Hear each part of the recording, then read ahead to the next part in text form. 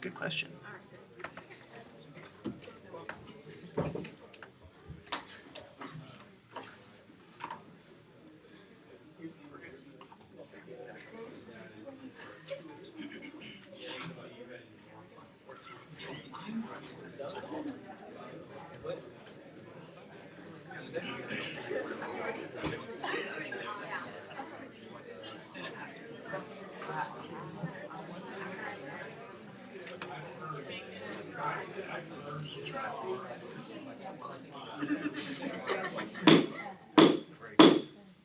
I call the third meeting of the 100th session of the Student Government Association to order at 5 p.m. Vice President. I move to suspend the rules to allow confirmation for the College Education Representative. Second. Are there any objections? I move that UCASGA confirm Sarah Randall as College Education Representative. No appointments, and we appoint Sarah Randall as College Education Representative. Is there any further discussion on the motion?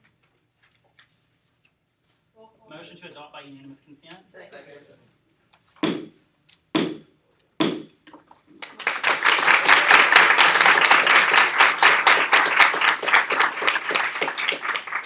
Vice President Watkins, please call the roll.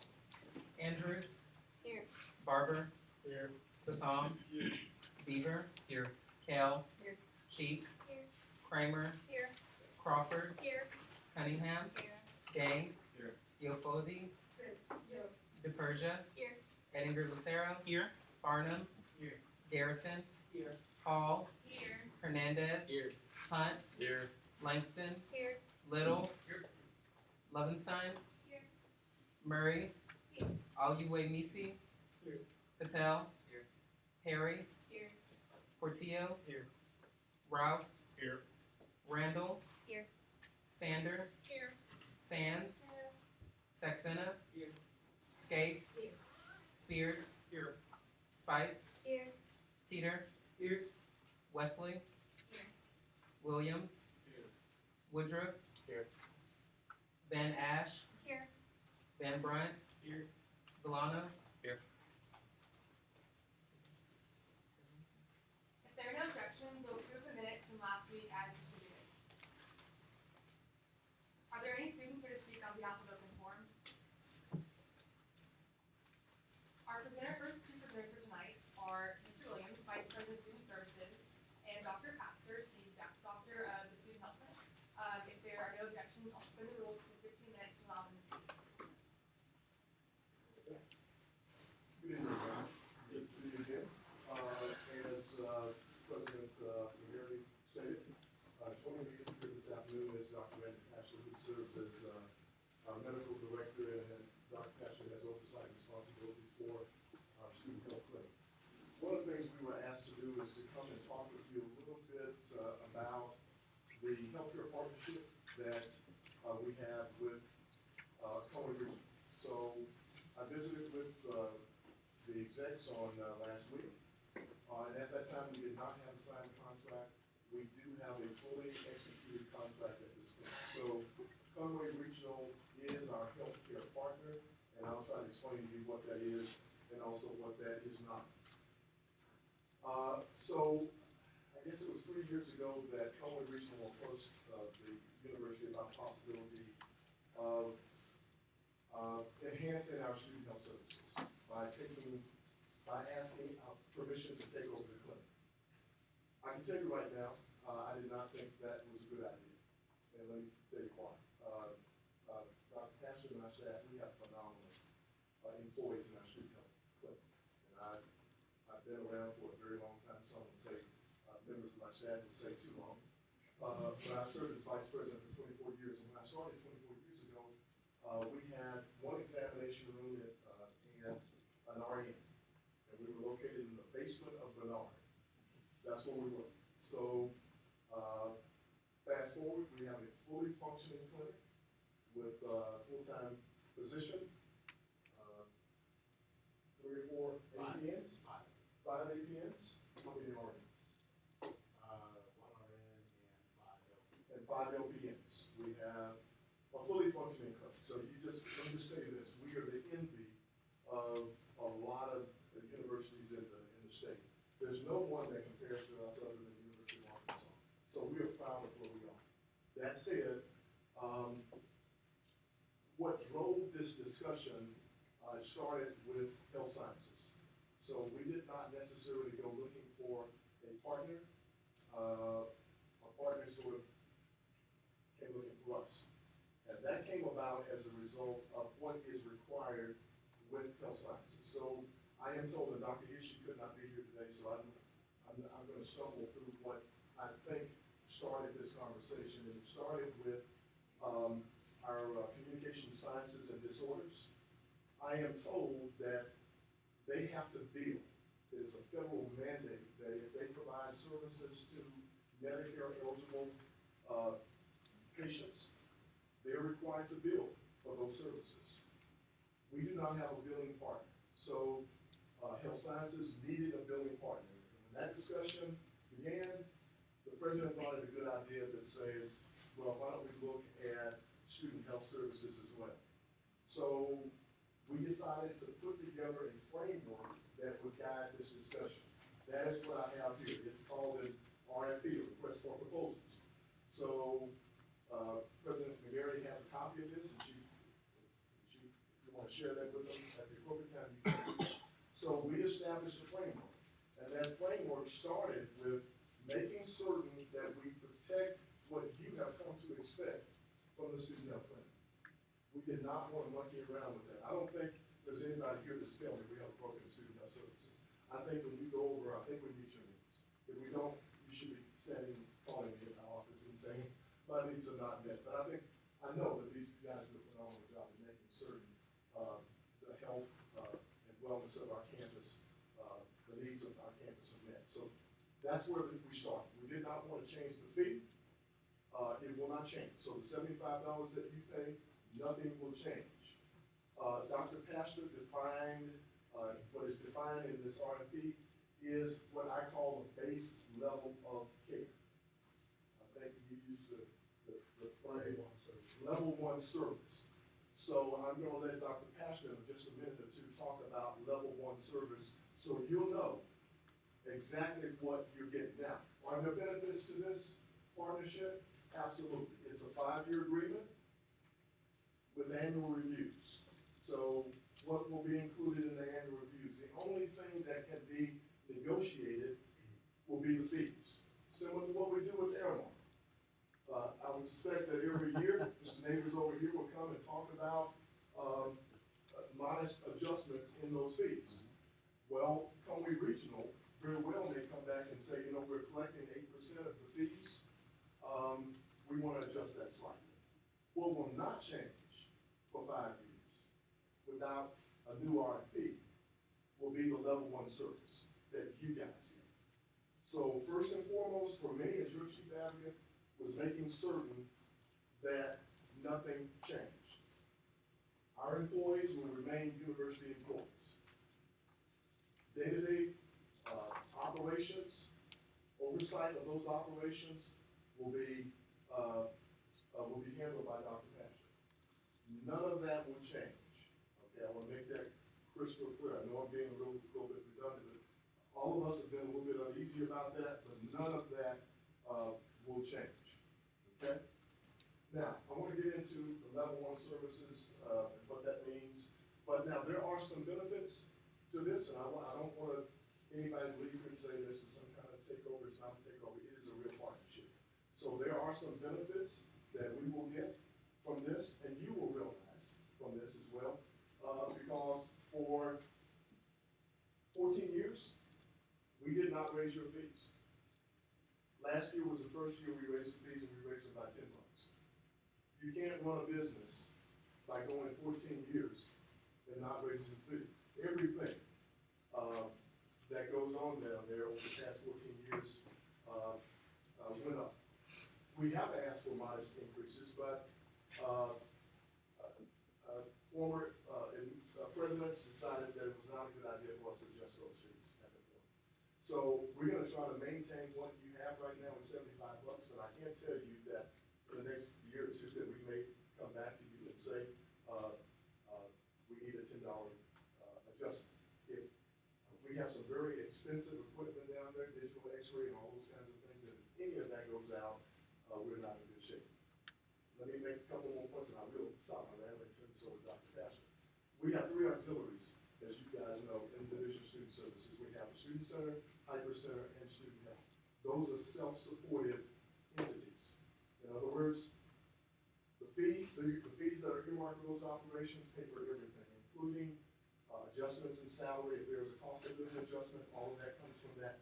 None of our educational and general fees are commingled with those fees, okay?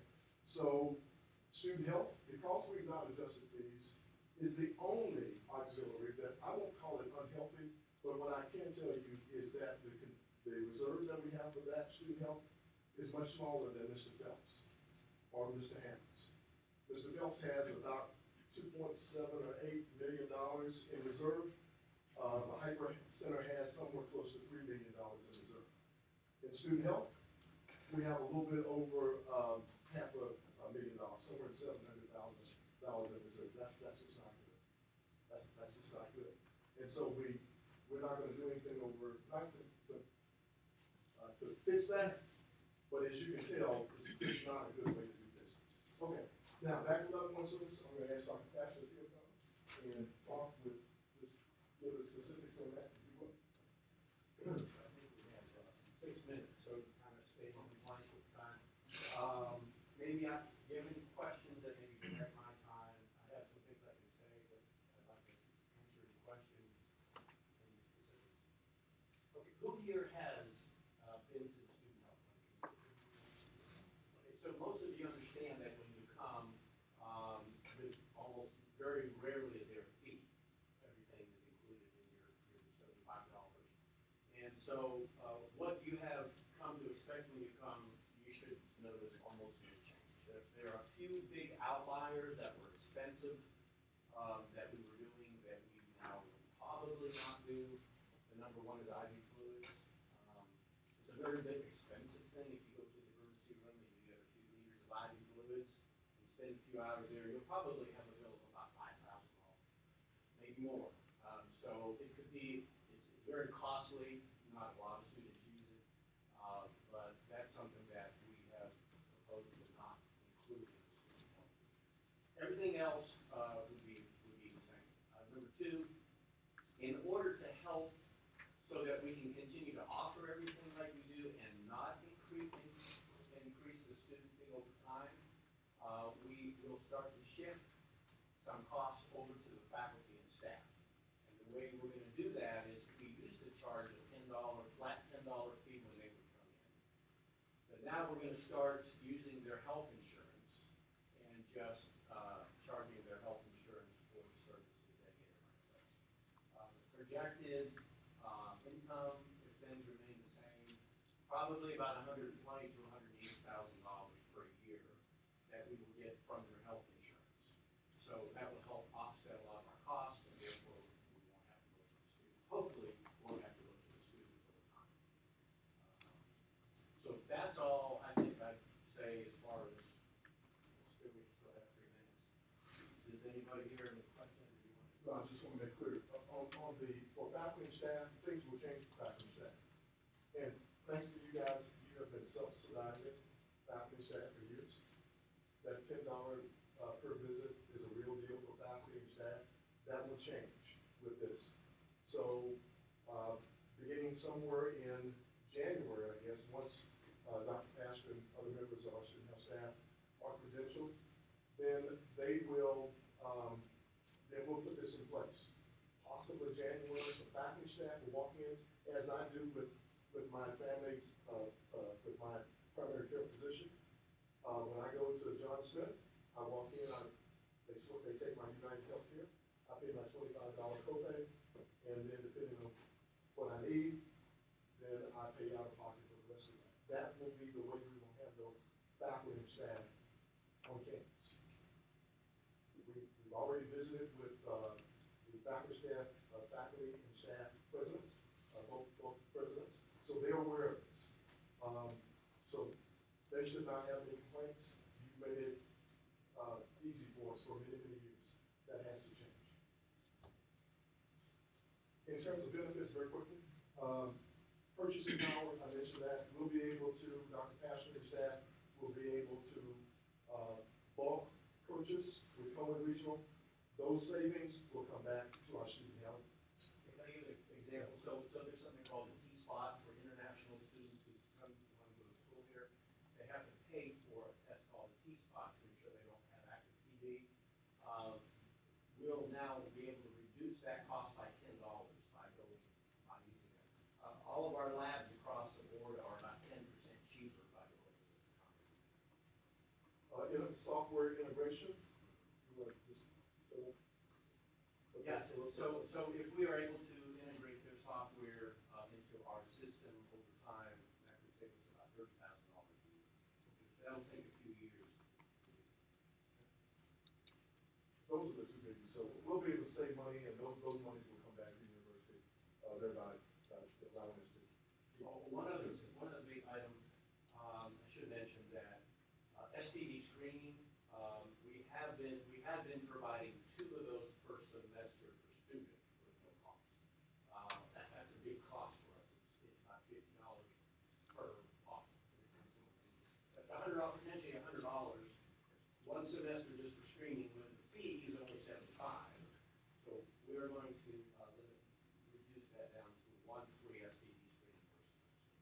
We're hoping that we might be able to go back up over time as we generate income from the faculty and staff from their insurance over the next year or two.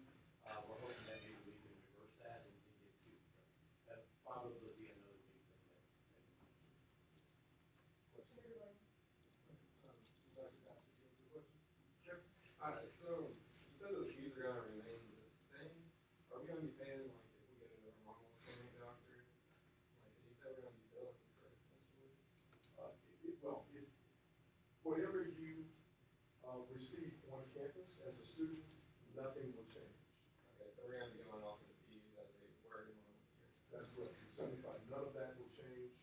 If Dr. Pashner or a member of our staff, if we have to refer you out on campus, then your insurance will kick in. which is how it's always been. But I think the billing we're talking about is just faculty. Okay, so we'll remain in our normal payment. If we come in and need treatment, it'll be based off of all, That's correct. we won't go off the hospital. That's correct.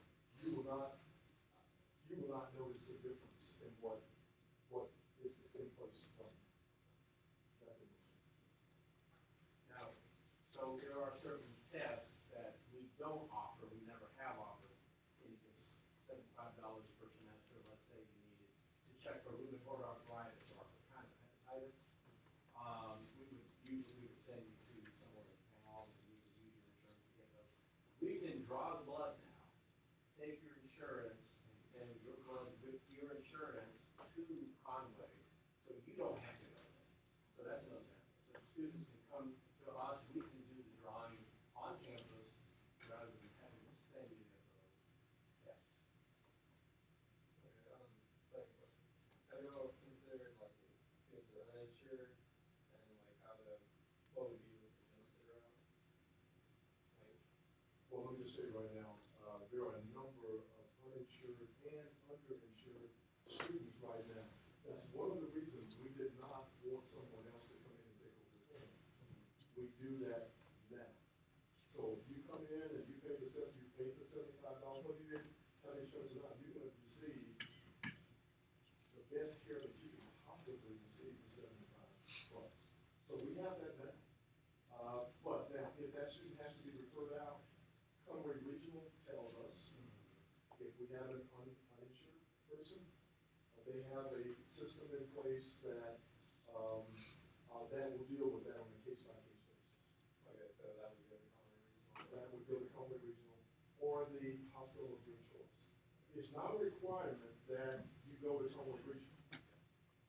They are our preferred partner.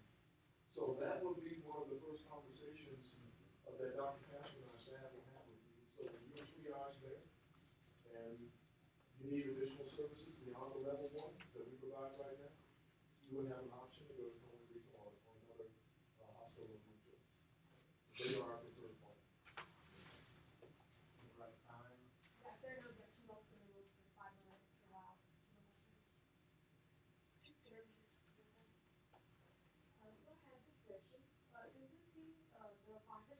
going to change the cost of insurance for international students?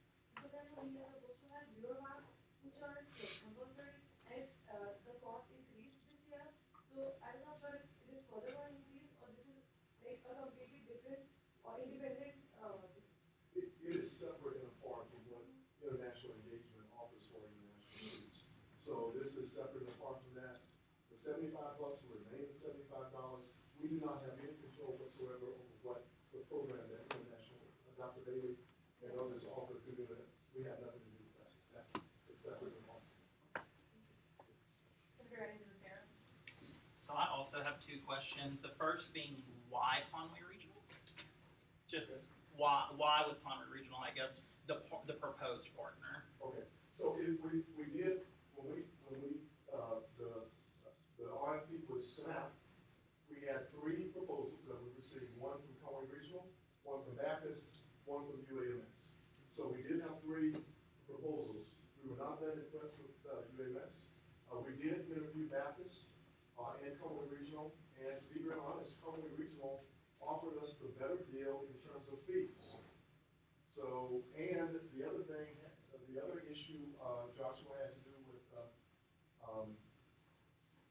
with the software, the system. You want to explain that? Yeah. So, we basically weighed, we had a committee that weighed what the proposals were at Conway Regional, just had a higher score on cost, what they could provide in cost savings.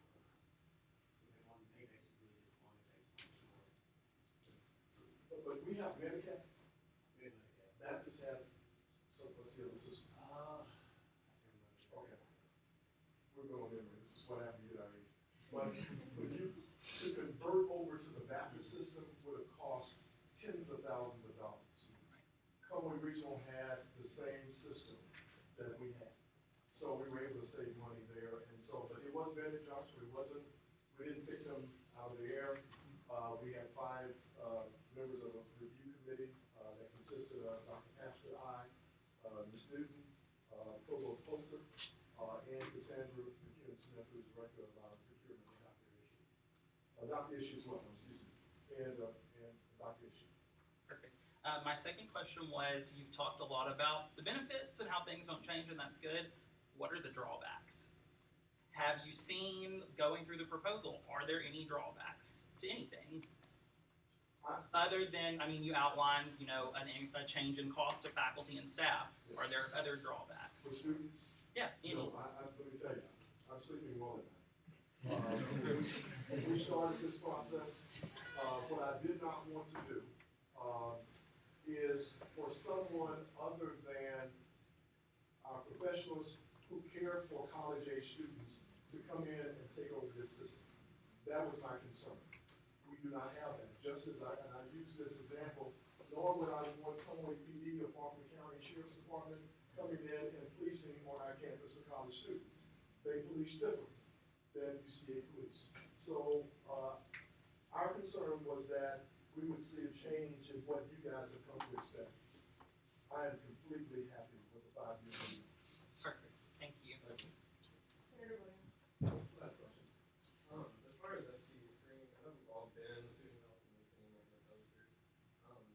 Do you think we'll be able to get back up to 2? I know it's been an issue. The goal is, and that's a very good question, that question was raised with SBA execs, and I can assure you, on top of our list is to get back to that. I can assure you. What we don't know is, we don't have the numbers right now, but we're gonna figure out a way to get back to the 2-person issue. You have a commitment on that. Yeah. So if, the amount of faculty and staff that we've been seeing every year, once we start billing their insurance, if we collect what we expect to from the volume we do every year, we should collect $120,000 to $180,000. That should be enough to get us back. And what we don't know is if the faculty and staff say, well, I used to pay $10, now I'm gonna pay $25, well, why don't I just go somewhere else? I don't know if that will happen. We're told it probably won't, but I don't know the statistics of it all, but would it be considerable maybe, like rather than doing 4 panels, just to break it up like by what you think it could be? Or is that? well, when you do a screen, you don't know what, and you just, that's why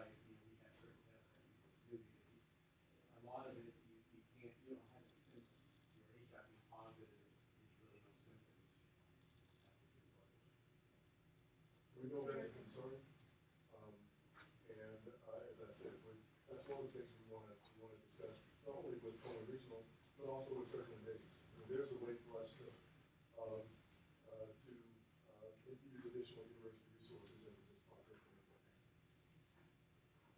Senator Kramer. I just have one question. Mr. Williams, you stated that this contract has been signed and it's beginning to be implemented. And I appreciate you guys coming here to explain this to us because really didn't understand all that. But a lot of these things, especially the insurance thing for faculty and staff, are going to be a big change for them. And even the STD screenings for students. So I'm just wondering what's being done to make students and faculty and staff aware of these changes. In terms of faculty and staff, the first meeting that we had was with the Senate, with the leadership. There is more discussion that will have to take place this semester. I don't know if I have the correct answer for that, but in terms of students, the fact that there are no changes, except for the yeah. But those are two things that, before this is implemented, I'm confident that we can have those back in place. That's a personal goal of mine before we get this fully implemented. That's a conversation with the president, that's a conversation with Cumberland Regional, and I bet with those two things, we'll have that back in place. So, as I said earlier, the concern that I had was, one is, are we talking about changing health care for students on this campus? Something that we're really, really proud of. And I can tell you right now, there are institutions around the state that would love to have what our students on our campus have on this campus. For $75 per semester, if I may, 14 years ago, before we constructed the building, I took a group of student leaders and my director of student health at the time, who was an APN. We went to U of A and we visited the Walker Center. And at that time, they were paying $140 per student per semester, plus their bill. They have a billing component at U of A. So if you know anything about it, you can go and you can file your insurance. We did not want that. We chose not to have the insurance component embedded within the operation. We agreed that one-stop shop, you pay a flat fee and you get all that you get. So we felt that was a better deal for our students than what U of A was had in place. That's my answer to your question. It's okay. That's at the top of our list, and if that income holds true, we'll have enough to re-implement next semester. We should have enough finances to re-implement. We just have to see how this is going to play out in the short run. We'll have a conversation. President Davis signed this contract on Friday, last week. But we have other discussions. The other thing, let me just apologize, we did make the ask and it didn't happen. When we started the committee, the review process, I asked for student representation. And it was not, we want students involved, but because we needed to move quickly on this, we have a new integrated health science facility that's underway. We need to put this in place.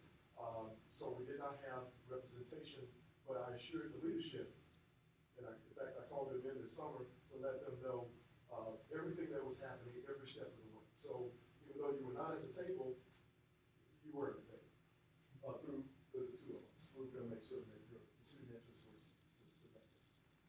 Thank you.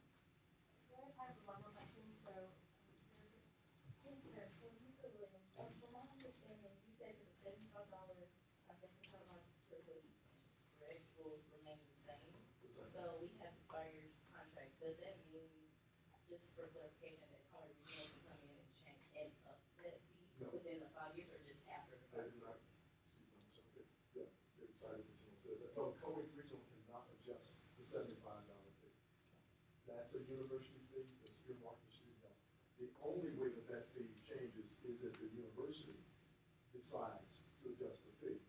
And it has been our practice, we will never, certainly for any department that is under my area of responsibility, we will never adjust the fee without having a conversation with you guys. And it has been our practice to get you to support it by way of resolution. That has always been our practice, and I continue to be our practice. Thank you, sir. I also want to know, so is that in the 5-year agreement that you guys won't touch that single fee, or can you guys, if it came up, decide to change it's not in the agreement, it was never in the framework. Okay. So it was never in the RFP that they would have control over employees, over the day-to-day operations, over fees. The only thing that, I won't say they control is negotiated fee, is what they collect, in insurance fees. So whatever they collect for faculty, staff, whatever they collect for, the health sciences, the communication, sciences disorders, that is negotiated on an annual basis. So if they want to adjust the amount of money that they collect, at the end of the year, they can come to the university as Airmark. I'll use that as an example. So we have, Jim, what is a 10-year contract with Airmark? Yes. So we have a 10-year contract with Airmark that's reviewed on an annual basis. So if Airmark wants to come in and adjust the fees, they can do it similarly. Cohen Regional can come in and ask for an adjusted, rate of what they collect on what they collect in fees, not with your student health fee. They do not have any control, any input in that whatsoever.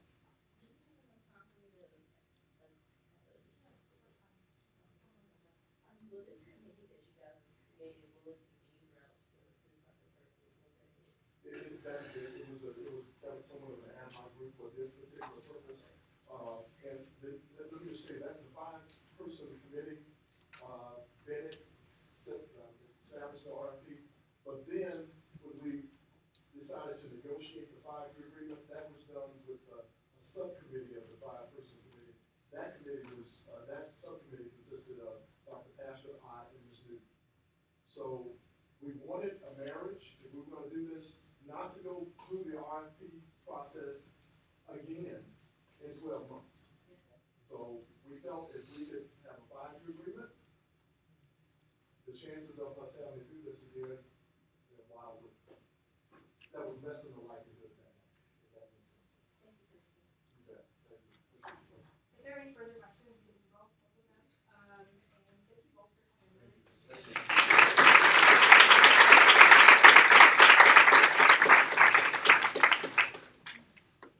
If there are no objections, I'll suspend the rules for 15 minutes to allow Mr. Neighbors to speak.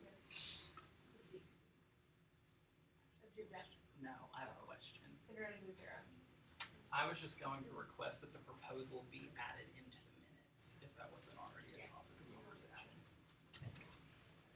If there are no objections, I'll suspend the rules for 15 minutes to allow Mr. Neighbors, the director of Airmark at UCA, to speak. Hey y'all, I know most of you, or not most of you anymore, but I know quite a few of you still. And this is Tori Lambert. Tori is our social media person, so anytime you see those Instagrams and Twitter feeds going out, this is all due to Tori. So she's gonna sit here and take some notes for me today. So I just have a couple of things really that I wanna bring up, and then I'll open it up for questions if that's okay with Rose. But first thing is, to-go program. How's everybody liking it? Because it seems like it is going really, really good. I mean, I am so surprised because when I came back to this university in 2008, we implemented that program and it was just a disaster. No one did it, no one used it. This time, I think that we've done about right at 1,000 to-go boxes, which is really phenomenal. So that's a great, I really appreciate SGA for really leading that for us and helping us do that through all the surveys they did. The other thing is, I don't know if you all know about the pit renovation that's coming up. We hoped to get that done over the summer. It didn't happen just due to some architectural things not getting in from architects, the bid not going out. So our no target date on that is going to be the second week in January to have that finished. With furniture, everything is going to need a name, so there's going to be a contest to name that place instead of just the pit. So we'll decide how that's going to be called, but it's going to be really neat, y'all. It's going to have great lounge style furniture. It's going to be great for study groups. It's going to have some monitors. It's going to have some whiteboards. It's going to have lounge style seating. It's going to have tall tables for seating with wireless access, electricity. So really, it's going to be a fun place for everybody to come. The next thing is the late night options. So I know that this year we decided to do late night in the cafeteria instead of in Starbucks. And how many people have been for late night? Well, that's not too bad because that has not been a great success. So here's what we talked about in our food committee meeting with SGA the other day. And that is that we're gonna start, Tori is gonna start really posting things, because we were gonna leave that as an omelet bar every night. From the feedback we got, that is not what people wanted every night. So we're gonna change that option, the hot option every night. And Tori will be posting that on social media every day, so you'll know what you're gonna get in the evenings when you come in. So I think that is still a real viable option. I think when this, the pit renovation is done, that'll also be a great place to bring study groups. So I think that, we just still have a lot of fun things to come. Lots of new things in the CAF this semester, so I hope you've noticed them. I hope you've enjoyed them. I know everything from the flexitarian station to self-service. So that's about all I have for you. So just please, if you want to open it up, I'm fine with that, and we'll see what I can answer. Are there any questions? Senator Randall. I was wondering if the Aramark was going to do anything about the to-go boxes being wet every time a student grabs a box. The thing is, there's so many, and I don't know what we can do, because we don't want to dry them off with the towels that we're providing through our lending companies, because those have chemicals on them. So it's really better to go ahead and let them air dry, and there's really no room. If you've ever been in the kitchen area of the cafeteria or in the dish room, there's absolutely no space to lay them out to dry. So there's really no viable solution for that, unless someone else can come up with one. You just can't use the contaminated closet. They're not contaminated, they're chemically clean. And we don't want to put those in those boxes. Senator Patel. For cleaning the student boxes when they're wet, are there paper towels like the ones that roll? Is that the ones that are contaminated? Is that what you're saying? No. The towels that we have in the back when we pull them out of our towel bin, they're cloth, those are chemically treated. So we don't want to do a food surface dry with it. Because I've seen one of the workers at the cafeteria, they clean them with the towels, not towel, but like paper towel. They wipe it off and then she lays it up perfectly. You know, it's not wet. Like when I get some of them, they're wet. She gives it to me, it's not wet. It's dry. I try to She get cleans it all herself. to do that, but they don't all do that. So. But that's- Because I do try to use paper towels because they're much more sanitary than, they're not more sanitary, it's just they don't have that chemical element that we use to clean the towels. Yeah, she does a great job cleaning them. Good, I think I know which side probably does. Oh, yeah. Senator Saxon. Do you also use styrofoam cups in the cafeteria? We still use styrofoam. I'm looking for paper, and now that you mentioned that, I will also say that I got an email today from a student who wants me to look into seeing what we can do about the single-use plastics and everything that we use for catering. So I'm going to try to, you're a perfect person that I can be in your committee, and we can try to talk about those things and see what we can come up with. But I am currently looking for a paper instead of styrofoam cup for the CAF. I just had another question. Sure. About the to-go boxes. Mhm. I've heard from people who just visit, they do not have an option anymore to take food out. Do you have any ideas about that? Just keeping a few styrofoam boxes handy for Well, trash waste? I think this is something we knew we might encounter when we did this. And I think the decision was made that this is for our students and it's for them to be able to use if they need to go study, if they just want to get outside and because they've been in class all day. And I don't think that it was designed for visitors, and we've decided that we're not going to use styrofoam and these green to-go containers above. One more question. Sure. I've also heard about the sidebar having pork and chicken together Mhm. sometimes. Mhm. And we have a lot of population that does not eat pork at all, so I know there's someone who's mistakenly eating the pork. So do I, And the ones here labeling. and I appreciate that because I need to write the proteins on there, but is there a certain, can it even be in the same well? Can pork be in the same well as anything else? They're Okay. right next to each other, but there's no clear labeling. But they shouldn't even be in the well either, should they? I think so. Okay. I'll look into that because I have heard that before too, so thank you for bringing it up. Senator Farman. Thank you. Yes, I have a question pertaining to the Starbucks monitoring. Uh-huh. Is there anything in the contract that will not allow students to use their Starbucks rewards program with Starbucks? I've had several students. It's just a type of license we have, Right. and that's why we're licensed in a certain way with Starbucks, and we can't use that. We can actually accept the dollars, but we can't do any of the rewards programs. Mhm. question about like the late night hot options. I know you had kind of discussed like presenting what that would be like on social media. Are you planning on expanding that menu at all at night? I know it's usually just hamburgers and like chicken sandwiches or something.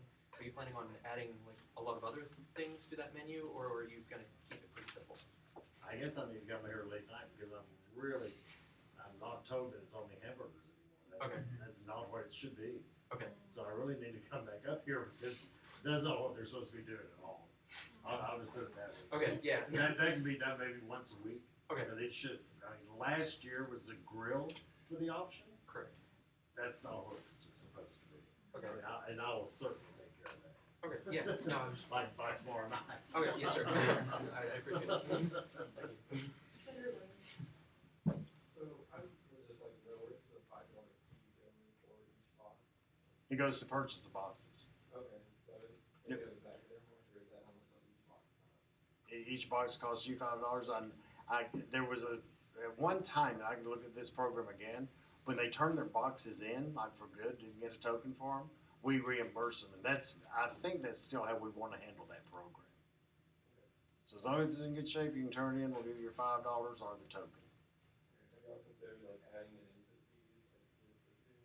You know, since there's just so many different things since I'm a contractor on campus and not actual UCA, I don't know that I can charge all fees. I mean, that's just, now we could look at it as it's part of the rates. We could look at it as part of the rates when we do rate discussions in February. And that's what we do. I do that with SGA and with the finance group. So once we start that process again, we could look at it, increasing it maybe a penny or something to include those. Absolutely. Senator Crawford. Is there anything being done about when the system to wash the plates and cups and silverware, they use plastic and styrofoam plates and things like that. Is there anything being considered to move that to paper plates and other goods like that? Well, I would be glad to look at it, but you've got to understand that dishwasher or the tray return, because it's usually one of the two and not both, that'll just go down. So I can't, if you saw my storerooms also, my dry stores, there's no place to store too many products. And luckily, we've had styrofoam on hand for when that goes down. I can look into it, look into the cost, but I don't know how much I can be proactive in doing that when it goes down. Because I'm asking because in the times that I do eat in the cafeteria where we have to use paper plates and cups and things, not paper, styrofoam, the trash cans are overflowing with it, and it almost seems even more wasteful than a styrofoam container would be for someone to take a meal to go. Okay. I understand what you're saying. It's just that program, I don't know that's going to change our to-go program. Something SGA, we can meet about it again and we can talk about it. Hi, I was here last year when you came in, and I remember we discussed about maybe changing out the coffee that we're gonna get. I was wondering, are we still gonna do that or was that a no? I think that since there was only a couple of people that brought it up, and since the cost is about 6.7% higher than what we currently have, I didn't feel like it was a time of year, and I met with the administration about it, and we just didn't think it was the time to change that because of rate increases to cover coffee. We don't do enough, number one. We really don't do enough of Seattle's best to say we're gonna get rid of you and bring somebody else in that's gonna cost 6.57% more. Okay, thank you. Will the time of Starbucks being open in the library change, or that's gonna stay like that because of the midnight, I guess, dinner and the caf? The decision was made to change those two, Starbucks and the caf, to swap those hours. Anything's possible. It's not something that can never be looked at again. So I certainly don't want to say it will never be done. But can they both be open, like can Starbucks be open later with the caf? I doubt it. And I'll tell you the exact reason. That again is going to increase rates. And the reason that it would increase rates is because when they're not one's even being supported, much less having two locations open that time of the evening that support two. There's only two would be supported.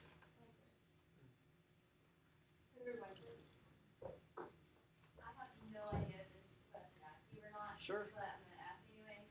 I've had a couple of students, complain about the inconvenience of carrying around the token for the to-go containers. I didn't know if there was a way that we could like the students that do pay, if there was a way to like connect that to your fare card or something, so that whenever they go swipe in, then like the workers can see, oh, they have a to-go container after they want it, something, instead of having to use the tokens to all. I think that you can Good suggestion, because I have no idea, because I don't deal with bear card, and if they don't work, I call the bear card office. So it's something that I would literally have to find out about. I don't know if there's a way or not for it to flag it on your account or not, but I can find out.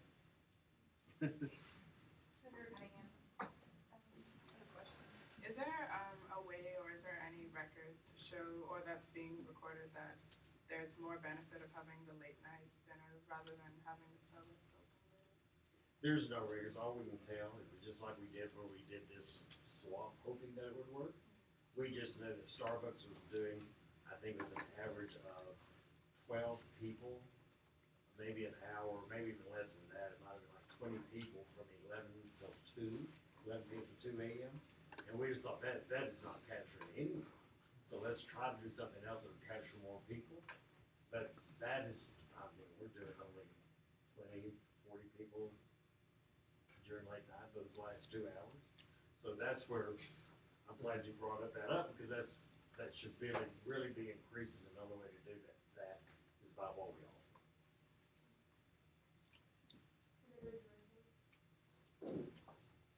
So I have this question, like I know for sure the gas we don't use straws.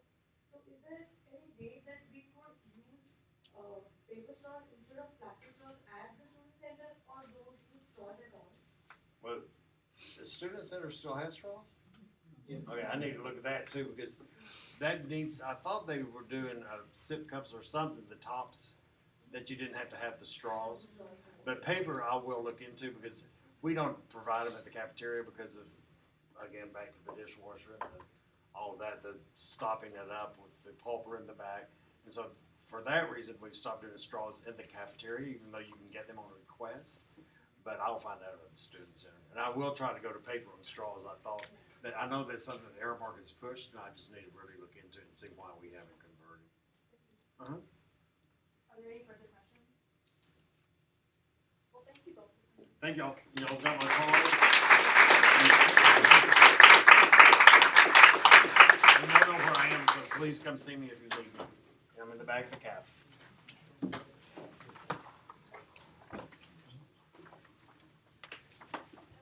Moving to the tech reports. So the first point is our new education representative. Congratulations to Sarah Randall on being appointed. And then, if you haven't seen in your email, the College of Liberal Arts and the College of Fine Arts and Communication are merging into one college, which is now going to be effective starting this summer. The College of Arts, Humanities, and Social Sciences, and Dean Wright will be the dean of this college. And then the 850 project, I'm actually going to let Vice President Watkins talk about this during his report, because he went to the meeting on it. He has more information on it, so stay tuned for that. And then the board of trustees meeting is this Friday at 10:30 a.m. in Wingo. So it's in the boardroom, just like walking Wingo, go to the back, goes down these stairs, it's right there. 10:30 a.m. And if you go, kind of work business casual, and then you're actually name tag. And then exec is going to a conference this week, once a week for a few days. So we're still going to be reachable. You can text us, call us, email us if you have any questions. Are there any questions? Senator Lucero. Is it Dean Wright or Dean Williams that will be the dean of the new college? It might be Williams. It's Dean Williams. Any other questions? Senator Woodard. So you said bottom of where for the board of trustees meeting? Yeah, so if you walk into Wingo and then just like walk past the elevator, there'll be like these stairs you walk down, and then that's the boardroom. Thank you. Are there any other questions? Vice President Peter. We all good. Oh, so good.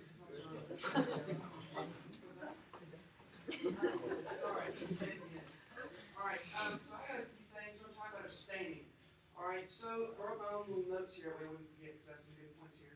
So, unless you have to, right, which rarely ever will you ever have to, I don't think ever will you have to, don't abstain, right?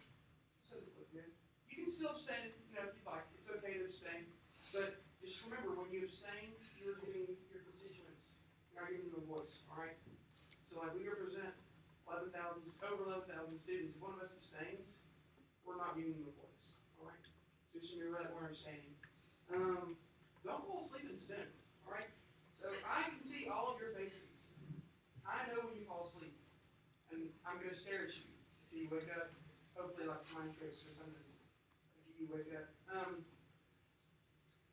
As of right now, we don't issue marriage for that because I don't think it's a good idea. But don't be rude. We work hard. Y'all work hard. Everyone in this room works hard. And when you fall asleep, it's just extremely disrespectful. All right. So moving on to that. So me and Senator Skate, we went and spoke to Mr. David Williams, who is the Director of Veteran Services here at UCA. He's a great guy. I don't want to say former Marine, because once a Marine, always a Marine, right? So, we had a great meeting with him. We've got some serious issues on campus when it comes to veteran services. Our veterans right now, when I say veterans, I mean active duty and former service, are grossly underrepresented. All right. So the way it works right now, we are number 2 for population of students that are veterans. All right. Number 1 is University of Arkansas Fayetteville, and in their office they have 4 people that handle student services. Under us, number 3 is UALR with a little over 500, and they have 2 people. UCA just has 1. All right. For instance, he said that a couple days ago he had a death in his family, and he took off work for a day. The office shut down completely for a day. All right. So that's a day that our student veterans aren't getting the services that they need. All right. So that'll be something that me and Senator Skate are looking into as well. I'll be contacting Chief of Staff Amy Whitehead about establishing a veteran advisory university committee, which there's nothing like that in place right now. That handles the one that's not an official committee, but they handle basically just the Veterans Day services. Do you have anything like that? Thank you, President Peter. So he also wants to look into adding an ombudsman for the veteran services. They have a meeting room in Old Main where they have a lounge area, but they also share that lounge area with the commuters. And so right now we're also in the process of looking for an open space, possibly for our veteran services. And they have a RSO here on campus called Veteran Students of America. And so pretty much just looking for that open space and seeing how we can help them have a direct person that they can communicate with. And because we don't have a particular person who's skilled outside of Mr. Williams on campus to help them with counseling or anything of that nature. So we'll be doing more research into that, and we'll update you guys as soon as possible. All right. My next one is I don't think it's going to be happy to do that.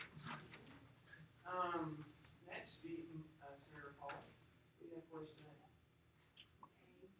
So these slips of paper, I'm sorry, they're like all different like shapes and everything. I cut them out, so yeah, I'm sorry.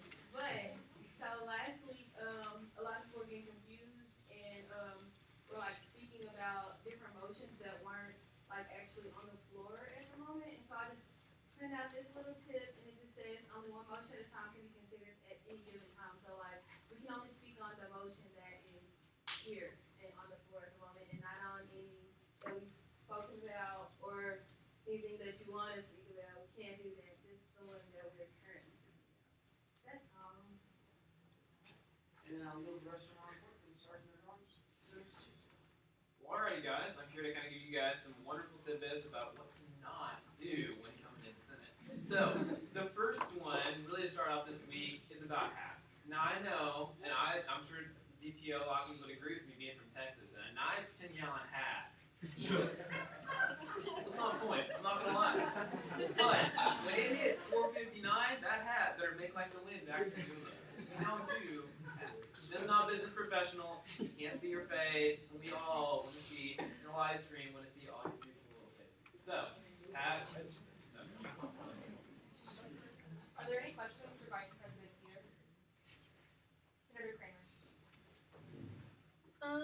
Yes, Vice President Teeter, has there ever been any need seen or any discussion concerning maybe having like a military veteran or active duty representative for SGA? Are you asking if that's ever been a discussion in the past? Yeah, or has there ever been a need seen to have a veteran representative? Personally, I do not see a need because, it's a group that is they're a very small group and they do represent. Senator Scaife does represent them very well. If we add that position, we have to add other groups, and as y'all know, Senator Chambers is getting a little tight, right? And so, we have representatives from the community anyways. For instance, Senator Hunt, I know you're in the Army, right? You're a soldier.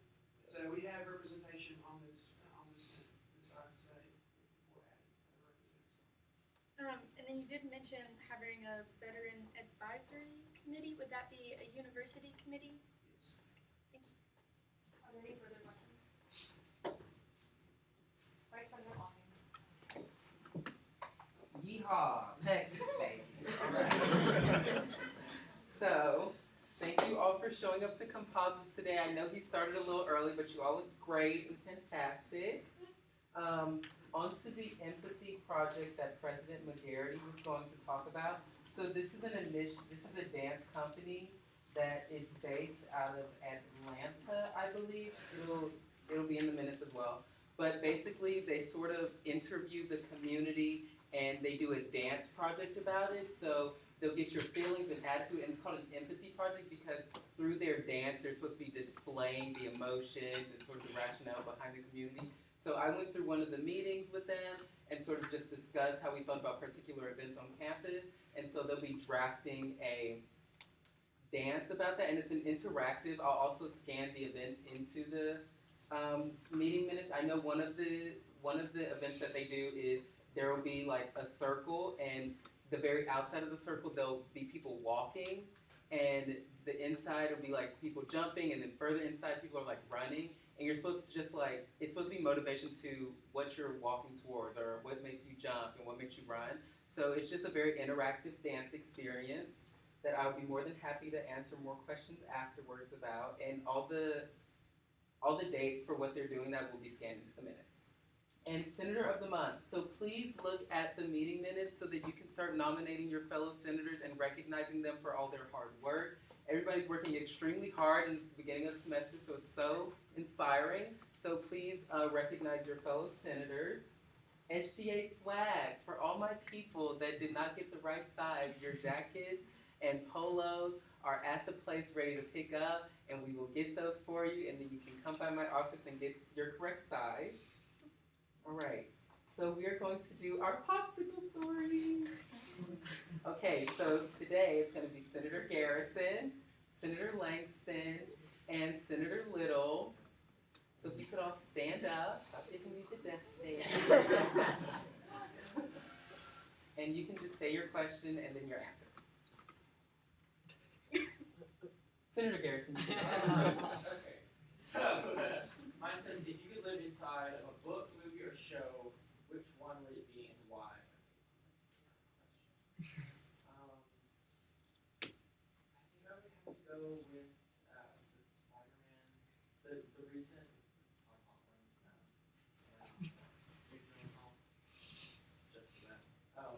just for that. Or Pokemon. Yeah. So my question was, what is one food you've tried and would never try again, and why? Most people probably consider it a food, but the way it tastes to me, it is a food just because of the consistency of it. Buttermilk. That is basically just like a dairy version of poison to me. Just the taste of it in general is like, I had it about 6-7 years ago, and I couldn't even get it past my uvula. It was just so bad, I threw it back up before using it. Tried it out, but yeah, so any kind of buttermilk, you put it near me, I would probably snack it for you. Okay, so my question was, who is your favorite music group in high school and why? Definitely the 1975. Why? I don't know. I really like their music. The lyrics aren't weird. They're the lyrics. And it's some chill music. Thank you all. We'll be back again next week. Okay. And now you're probably looking at the Senate agenda and it says, did you find the Easter egg? So I would like for Senator Farnham, Senator Sands, Senator DePersa, Senator Edinger Lucero, Senator Portillo, Hernandez, Andrews, Levenstein, and Sanders to please stand up. And I would like all of Senate to give them a round of applause for reading the minutes.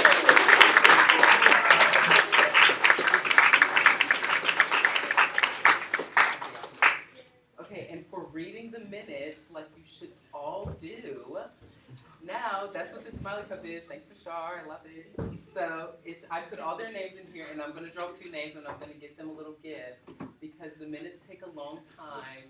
And I do it for you guys, and so I thank them for making it all the way to the end.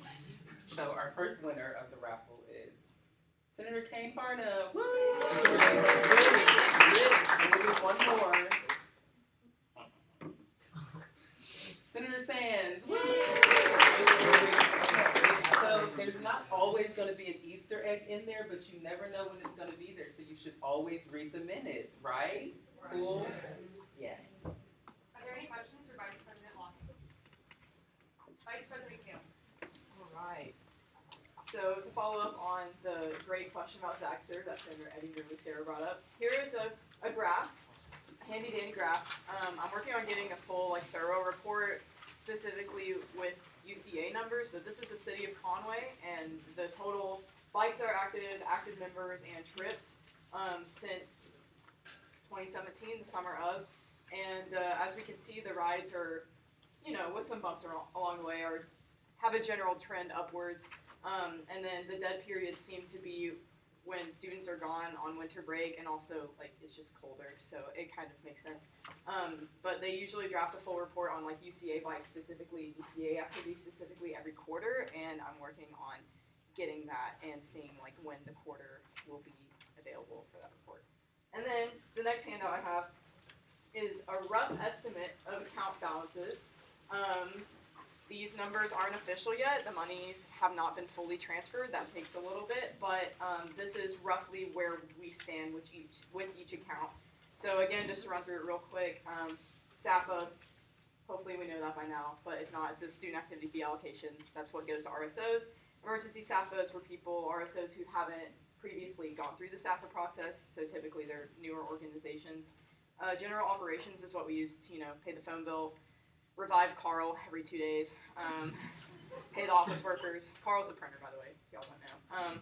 And then the general reserve is kind of our go-to where everything rolls over at the end of summer too, and that's, it's just the reserve, what we tap into whenever it doesn't fall under these categories. And yeah, I will have a full report with all the exact numbers next week for sure, so yes. Are there any questions for Vice President Kale? Senator Edinger Lucero. Yeah, I know. I have a follow-up on Zaxter. Will we be, maybe not this semester, but this year, the contract for Zaxter is up, correct? So will it come back to SGA along with a conversation with Housing and Residence Life to determine whether or not we want to continue the contract with Yes. Zaxter? Yes. Perfect. Thank you. Are there any other questions? Senator Robbins. Yes. For the emergency SAFA, I also never used that before. Use SAFA before. Can it still be eligible for this semester for the emergency SAFA and then register for the next semester? Yeah, the way that emergency SAFA is set up, so it's to be used this semester, so if they have a quick event that they need to throw together or something, or they need to fund, whatever they need, it's a by-case basis, they can submit an emergency SAFA request, but those funds have to be spent within the semester, and then they're more than welcome to apply to SAFA after that, but if the only contingency that's really enforced with emergency SAFA is they cannot have used SAFA in the past, if that makes sense. And SAFA is to be used the next semester. So if they have something going on this semester and they need funding and they've never done it before, that's for emergency SAFA. Senator Rangel. I've noticed that some of the Zaxter bikes are needing repairs, are we thinking about when we are doing those and who is doing those? Zaxter has their own like employees that are supposed to be doing that, but I can tell them that we've had several problems because this isn't the first time that I've seen it, so I will bring that up to them. How do these numbers compare with like previous years, like last year? They're down, just a little bit. So last semester, SAFA allocated a little over $124,000, and so we're down a little bit from last year just because of enrollment decreasing, but it's not like detrimental. We just have to be a little bit more conservative with SAFA this year to preserve because we don't know what enrollment's going to do next semester or next year. So. Are there any further questions? If there are no objections, Senator Rose. How to register for the emergency support? I'm sorry, what? Can you provide information about how to register for the emergency support? Yes. So the way that you apply for emergency SAFA is the exact same way that you would apply for SAFA. It's through the RSO's finance module. And so if an administrator, like a president of a RSO, goes into their Hub Connect page and they hit manage, and then they go into the side menu where all their stuff is, like forms and whatever, there's a finance module. And then that'll take you to a page that'll say like create a new blank, and it's like a blue or purple box on the top right, and they click budget request. That'll take you to the budget request that can be used for SAFA and emergency SAFA, and the way you distinguish it is there's just like a little drop down box, and you select e-SAFA or regular SAFA. So, yeah, but it's up and it's running. So. Are there any further questions? If there are no objections, I'll spin the rules for 15 minutes to allow career services to present, and they brought pizza, so it includes a 10-minute presentation, and then a few minutes afterwards to eat pizza that's in the office. Any objections? Yes.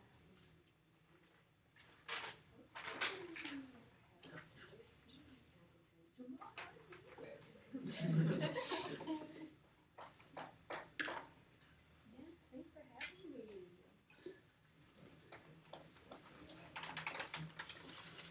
I have some evals at the end that I want you guys to fill out if you would like.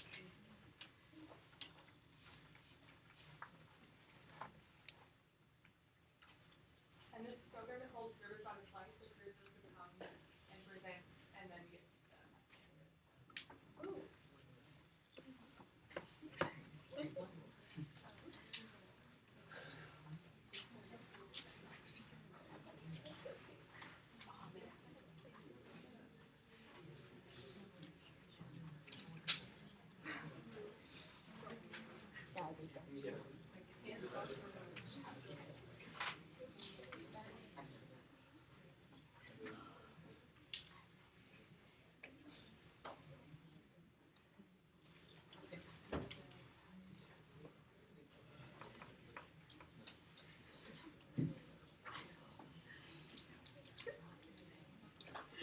It's like store and go.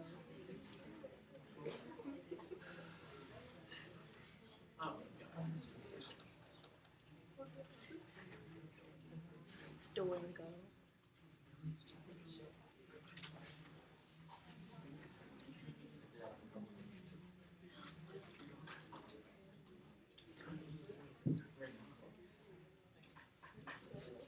It may be on your desktop because it pops up on random places.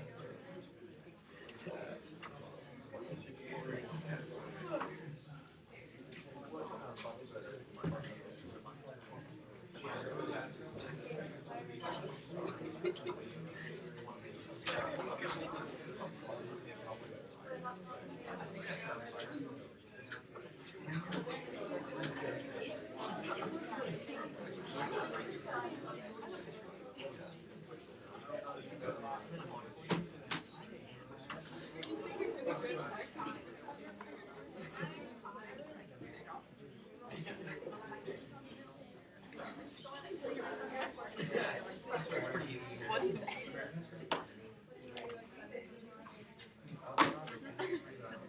I'll be right there.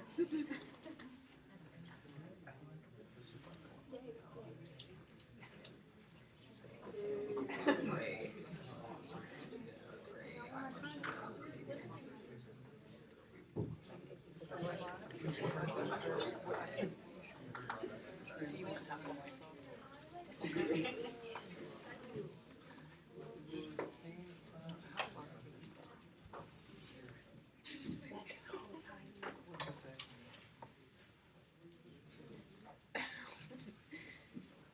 Just gonna guess. Oh, don't guess. Please don't guess. Go down there and then hit.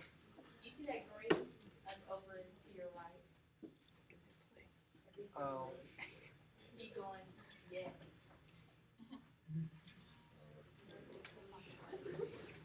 Oh, just this way? Look, we gonna keep it just like this. Okay, no problem. Okay, it's fine.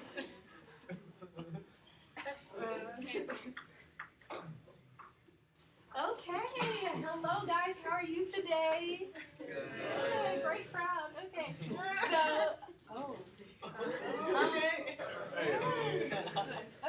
so my name is Paris Robinson, and I work for Career Services. We are located on the 3rd floor of Bernard Hall. And this slide kind of just shows you a little bit of our contact information. So you can find us in Bernard Hall and at uca.edu/career. So our mission statement, I'm going to read it and then I'll just kind of discuss it a little bit. So the mission of the Career Services Center is to assist students in maximizing their educational experience by providing access to career planning, programs, presentations, and employment opportunities. So as we progress throughout the presentation, I'm going to talk a little bit more in depth about each topic I just discussed. Okay, so our core services that we provide, so career counseling and coaching. So we have our program coordinators. So if you're about to insert or go to a resume, not a resume, but a mock interview or meet with an employer, you can always meet one of our program coordinators. They can look over your resume and make sure it's its best before you give it out to an employer. Part-time work study, internship, and full-time employment opportunities. So we just implemented our new operating system over the summer. It's called Handshake. Some of you guys probably heard of it or seen it and tried to apply through it, but it's brand new and we're working. We post all of our part-time positions, and you can find any positions that we have on campus full-time under the job tabs. Career education. So I know from time to time some of our assistant directors, they put on programs such as our business etiquette program. So not all the time will you have a formal interview. So you won't be sitting across the desk from someone talking. They might say, hey, let's go grab breakfast, let's go grab dinner. And you'll have to have your interview over an informal situation. So having those skills and learning and developing your career education, we also provide services like that as well. Career development programs. So we also have our merit building programs for graduating seniors. So just to make sure you're prepared to enter the working world. Some of the services we provide, so mock interviewing. So if you're not the best at interviewing or you're nervous or you've never even been in an interview, come to Career Services. We offer mock interviews. I know we just finished our nursing mock interviews and we're currently doing our senior mock interviews. The Focus 2 assessment. So the Focus 2 assessment is for individuals who still kind of in between deciding on their major. And it kind of just tells you based off your personality and your interests what major would best fit for you. So personally, I took the Focus 2 assessment my sophomore year. So I came into UCA undecided, didn't know what I wanted to do, and I ended up majoring accounting, and that was not it for me. So I ended up taking the Focus 2 test, and it said that I should do business. And it was one of the best decisions that I've ever made because I love the Cobb, so I'm excited. The Wow Closet. I know you guys have heard of the Wow Closet. Yes? Yes. Okay, good. So the Wow Closet is open from Monday through Thursday, 12 to 2:30, and you can go to the Wow Closet and get one outfit a year. So if you're going to an interview or a career fair, you don't have anything to wear, stop by the Wow Closet. We might have something for you. And we also have donations come through all the time throughout the year. So if you went before and they didn't have anything for you the first time, they might have something for you now. Professional photos. So I know we just finished our professional LinkedIn photos. So if you want to add you for your LinkedIn, stop by Career Services. They offer the professional photos free of charge. But I always encourage you to hop on it as soon as the link drops because they go and fill up really fast. On-campus interviews. So I actually got my second job through on-campus interviews in Career Services. And not a lot of students know that we offer on-campus interviews because it's really convenient. And employers actually come to Bernard Career Services to interview you, and that's their whole purpose for being there. So really take advantage of those on-campus interviews. I know last week we did LiveStream, and upcoming we have USA Trucking. Internship opportunities, part-time, full-time, those are going to be on Handshake as well. Resume reviews, once again, our program coordinators, they kind of help you with those. And our success programs. So we often do Dress for Success programs and, how to work a career fair. So we always try to promote career education and try to get you to that next level of success. Okay, so career counseling, so the Focus 2 assessment, once again, I kind of discussed it, but this kind of goes in detail about what it does. So it kind of takes your work interests, your personality, skills, values, and then gives you the results and kind of tell you what your best fit. Your 4-year plan, so Career Services created a 4-year plan. So if you want to graduate in 4 years, we have created checklists which you should complete within each classification. And if you complete that checklist within the classification, you should be able to graduate in 4 years. Okay, so we offer an array of internships, so from nonprofit organizations to corporate internships. So touching into nonprofit a little bit, it gives you good work, networking experience, you get to connect with people, but most of the time they're not paid, but you do get that experience. As far as corporate internships, you get the networking and the great experience as well, but you can be potentially paid really well. So I always encourage to apply for corporate internships. And most of the time for internships, you have to have a 2.5, and most of the time be a junior and have 60 hours, but that's not always the case. So always apply for an internship, even if you don't think you're qualified. On-campus interviews, going back to that, most of the time, the information will be posted on Handshake, so you can go online and apply for those on-campus interviews. And as time gets closer, you'll get more information. But once again, you might have to have a 2.5, not always the case, sometimes it's higher.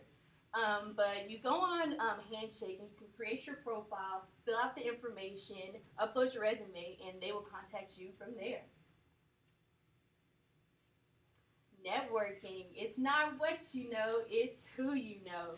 So if you don't take anything out of this presentation today, I want you to understand that networking is one of the keys to success. So being able to talk to people, being sociable, and being able to network will definitely put you ahead of the game. So some of the times if you're just cold applying to jobs, if you have a reference and someone willing to vouch for your character, that's going to put you ahead and separate you from the competition. Okay, so social media and some of our networking platforms. So we're on Instagram, Twitter, Facebook, LinkedIn, Pinterest, YouTube, and Cup Connect. So most of the time our handle is @UCA Career. So give us a follow. Yes, Amber is the social media intern, so she is the one. Okay, follow. Yes, so we post most of our things on Instagram, so be sure to, follow us at UCA Career. Okay, so we talked about our social networking, but what does yours look like? Remember, employers will Google you, so make sure, just be aware of what you post and clean up your digital presence. So, and you might want to consider creating a private Instagram or Facebook, so, yeah. And once again, we have our LinkedIn Professional Photo Day. Okay, so some of our upcoming career fairs that we have is our STEM fair and graduate school fair, and that's going to be the 23rd of this month. And then we have our health career fair, and that's on the 30th. And then our fall career fair, our major one, is going to be on November the 6th, and that's for this semester.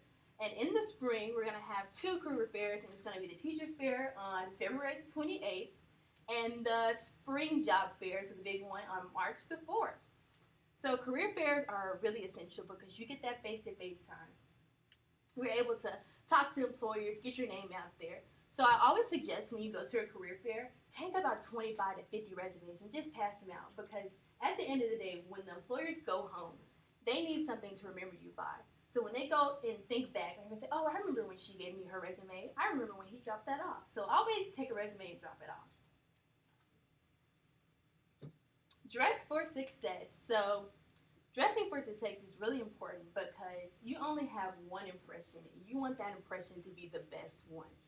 So we took a survey, and most of our employers, 56% said they usually dress business professional, and 32% said business casual, while the other 12% said it's not really important.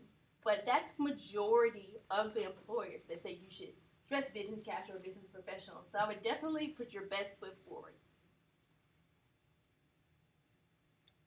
So how to prepare for a career fair. So know what companies will be attending. So as we get closer to the career fair season, we will put out signs and pass out papers with all the employers that will be attending the career fair. And research the ones that you want to talk to, because you look knowledgeable when you go and communicate with these employers at the career fair. You have something to talk about. It shows that you're interested.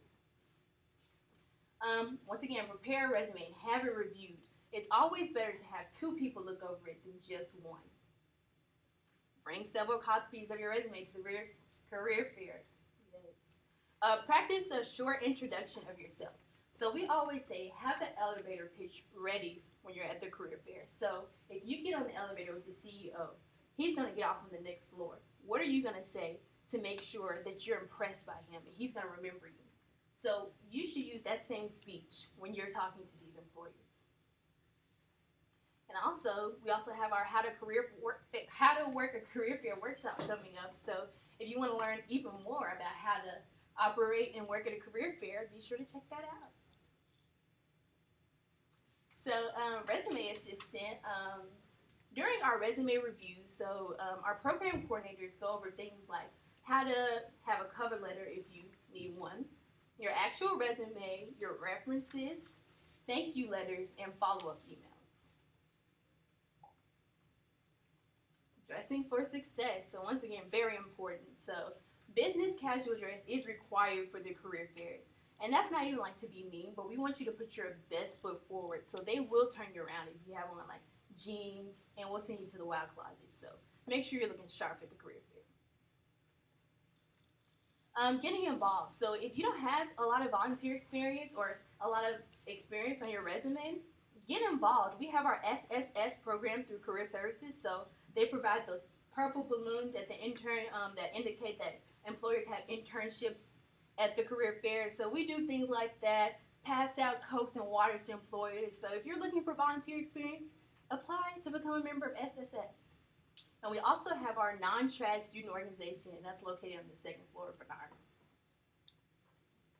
So once again, just to wrap things up, Career Services' whole goal is to provide you with employment after graduation. So if you have any resources, you need any resources to get you to that next step, please visit us at Bernard Hall, 3rd floor. Thank you.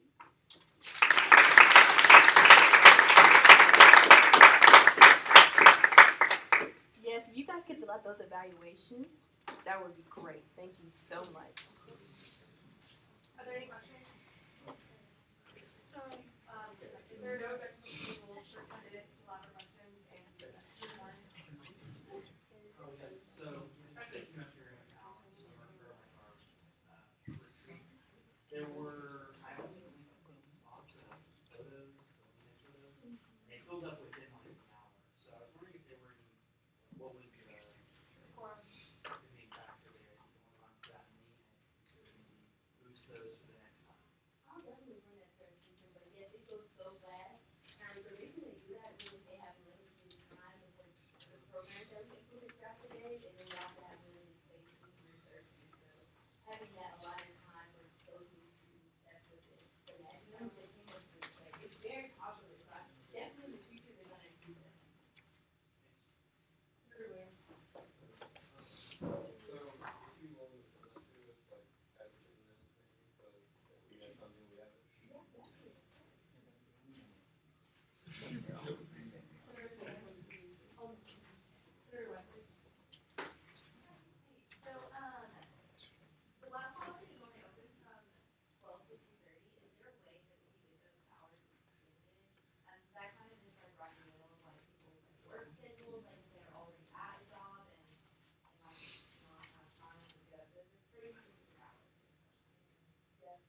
know they chose those hours because it's the test period for most students, but during the career fair, when it was most popular during operation time, they will open at later hours. So it kind of just depends on what Any more questions? Thank you. Thank you.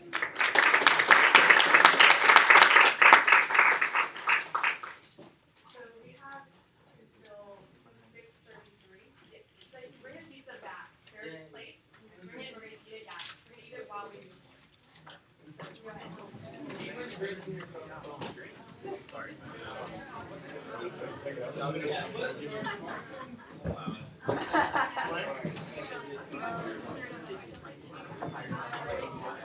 Oh,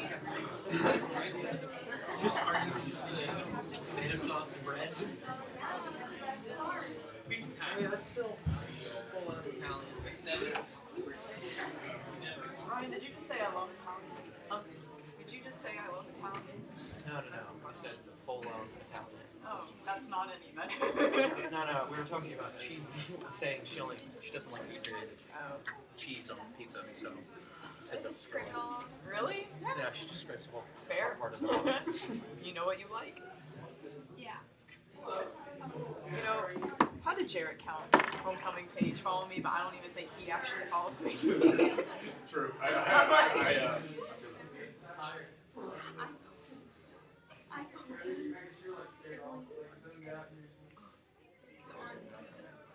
Based on minutes. It's all powered on. One off the literal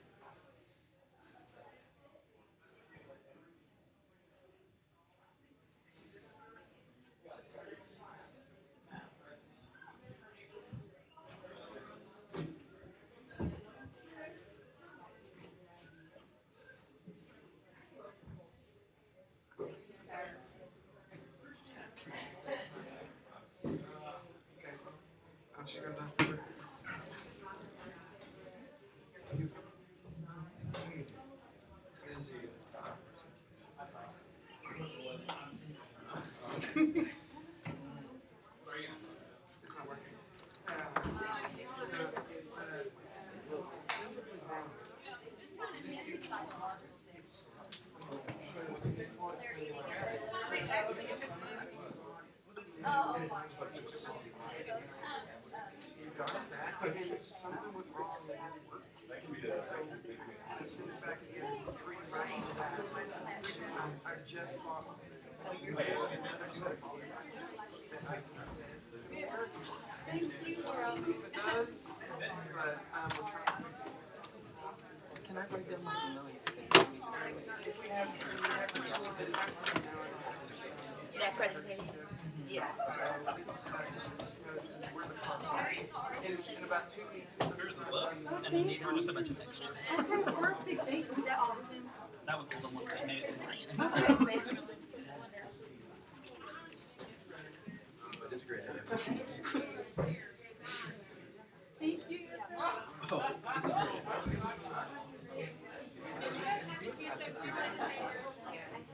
Well, everyone was thinking I don't know who's any last.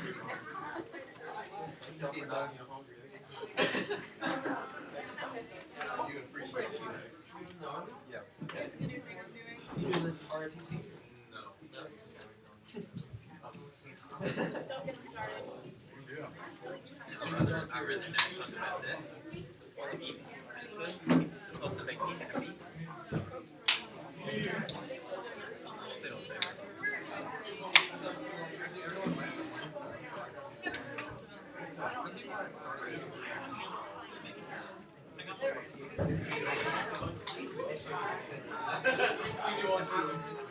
I know, I was waiting. It's like, look, you're reaching it.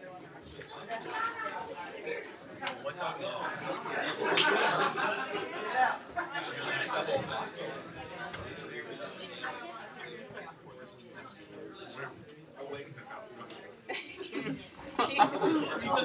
What just happened? Who put this here? Hold on. This is a crime. You know Just what, get both, yeah, honestly. Honestly, just open both of them and just drink from them. Alright. There it is. I will eat just as good.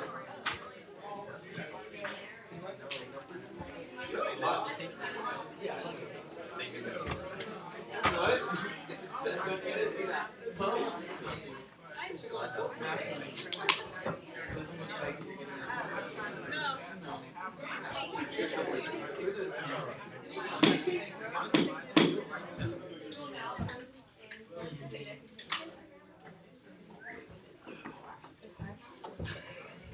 Yeah, we'll kind of do meeting. Now we're going to standing committee reports. Academic affairs. Hey everyone. So again, I'd like to welcome our newest senator, Senator Randall. We're so excited to have her. She already came with ideas and working hard, so she's really excited. I'd like to share with you our mission statement in the Constitution. It is, the purpose of Academic Affairs Committee is to foster academic success and achievement through enriching the learning community, promoting scholastic resources, and supporting academic accessibility. So that's our mission statement. We met yesterday, and we are also going to do donuts with the deans again this semester. And we already have a week set aside for that, and we're emailing our deans this week and trying to get a time. And it'll be the week of October 28th through November 1st. So we're looking for that week and hoping that we can coordinate dates with our deans. And so different colleges will have different days throughout the week. We've also been discussing some projects, and one of the ones we wanted to tackle and hopefully learn more about are more charging stations around campus and in our colleges, and even utilizing the ones we already have. I know in the library outside, we talked about in the study area, the patio area, the outside outlets don't even work, so it's like there's no purpose. So just try to utilize all the resources that we do have also. And then I'd like to yield the rest of my time to Senator Cunningham as she shares a report about projects she's worked with her dean. Hello, everyone. I met with the Dean of the Fine Arts and Communications Department on Wednesday, and I kind of presented to him some of the ideas that I had for this year and next semester, and some of whom he already agreed to and is trying to work out like dates and details. The main one was getting basically promoting or advertising for certain examinations that are needed for the some of the programs. For example, for the BFA program, you need during your sophomore and freshman year, you have to take an examination almost like nursing in order to get into the program. And a lot of the students, specifically transfer students, didn't know that they had to take those and which classes to take. Also within the film department, there are some classes that have locks. He described that basically they are, in order for them to get into the program, they have to take certain classes, but they're only offered during certain semesters. So he's trying to change that as well. I wanted to bring up to him, I asked him about having more like artwork and involvement in common areas on campus, specifically the cafeteria with the new renovations. And he also suggested having like pop-up days during the month where there are performances from the different parts of the department. And also film festivals for the film students, which they already have, but no one really knows about them. So promoting that more and maybe changing the locations. And also the express rooms, which we kind of touched on as some of the senior projects. And he said there's a reading room that's going to be in the new Fine Arts building that we're working on, considering using that as one of the express rooms instead of the reading room, because it's already a room allocated for that. And the last one was basically having like workshops and programs and events that promote the basically the arts within the department and also showcasing more of the student work and what they are doing for the year. Are there any questions for Senator Cheek or Senator Nathan? Internal Affairs, Senator Spears. Well, alrighty. Hello, guys, again. So in internal affairs, what we did last week, we met right after Senate, and so we really kind of just went over what internal affairs does, how important it is to make sure that certain things go through systems and checks to make sure that, you know, we don't have a Senate meeting last forever over a comma or over a period or something of that sort, that nature. So, and we kind of looked at how to look at the Constitution, how to read it in easily defined chunks to look at, you know, giving you space highlight, maybe a clause that's referring to a different portion that's incorrect, things like that. And so we also kind of explained how to speed read the Constitution in that sense. So it helps maintain efficiency while looking for larger errors and then going back to make sure, conceptually the Constitution and our governing documents are, as good and astute as we know them to be. And also we have one with the facelift, one new bill coming up in new business. So be advised for that in new business and in your emails throughout this week. Are there any questions for Senator Spears? Housing and Food Services, Senator Saxena. Hello everyone. So first off, we'll be meeting Dr. Craig Eager from Housing, who is the Assistant Director of Housing, next week to discuss housing contracts and just other housing issues. We'll be meeting Ashley Pettigo from the Office of International Engagement. Get her help to reach out to more international students to get the recipes for the cafeteria. We're also looking to get a coffee machine in the library for after hours for Starbucks, which I thought was a big topic that we were all talking about today. We've looked into a couple of models which have ranged from $2,000 to $5,000. So we're doing more research, trying to find more machines. We've looked into having a Starbucks machine, but still more research has to be done with that. Also on the gender neutral housing, we're still waiting for a meeting date with Mr. Williams and Don Muir. So more info on that soon. And Senator Dang is working on the food service pickup in the student center and So as part of our effort to follow up on that pickup idea that we presented at retreat, we found that Fairmark has partnered with a pickup service called Tap and Go that other universities have also used, such as the University of Kentucky, NYU, University of Arkansas, Virginia Tech, University of Oklahoma, and it's basically like an app that you can order food. So we'll talk more. Are there any questions for Senator Dang or Vice President Pierre? Senator Dang, did you say that other earmarks have been using this? Senator Dang, any other questions? Diversity, Senator Hall. Okay. Hello, you guys. And so, the diversity committee had our first event last Wednesday, which was our cookies and culture, and it went really well. And we got a lot of people that were interested in joining the diversity committee as the 5 non-city members. And so, our applications for that is going on right. Actually, it ended at 5 o'clock instead of 5. So yes, and so we're gonna meet tonight and discuss when we want to have the interview process for the people who are interested in it. I'm sorry, y'all, my notes are wrong. Okay, and so the next thing we want to tackle is trying to host an event with Prism because it's Pride Month, and we just want to be more inclusive in everything we do and be intentional. And so we're trying to do that. And Miss Shar, or should I say it? Okay, Miss Shar, she gave me something to go by, and it's gonna be October 31st, period. An item. There's gonna be a speaker come in about it, about their program that they have at their school in Louisville. And so that's one thing we're looking at. We're gonna be meeting with Prism and trying to work out all the kinks. And the last thing is diversity committee with me for 5 minutes afterwards. That's all. Thank you. Are there any questions for Senator Hall? Student Fee Advisory Committee, Senator Patel. Good evening, everybody. So I sent out the emails last week for the fees that we're looking at for the school fees. It's going to be online via technology, student activities, and student healthy. Two of them got back to me. Student activities fee has gotten back to me, and we have the meeting time set for them. Also, a technology fee got back to me this evening, so we have a meeting time set for them too. I'm waiting on the two.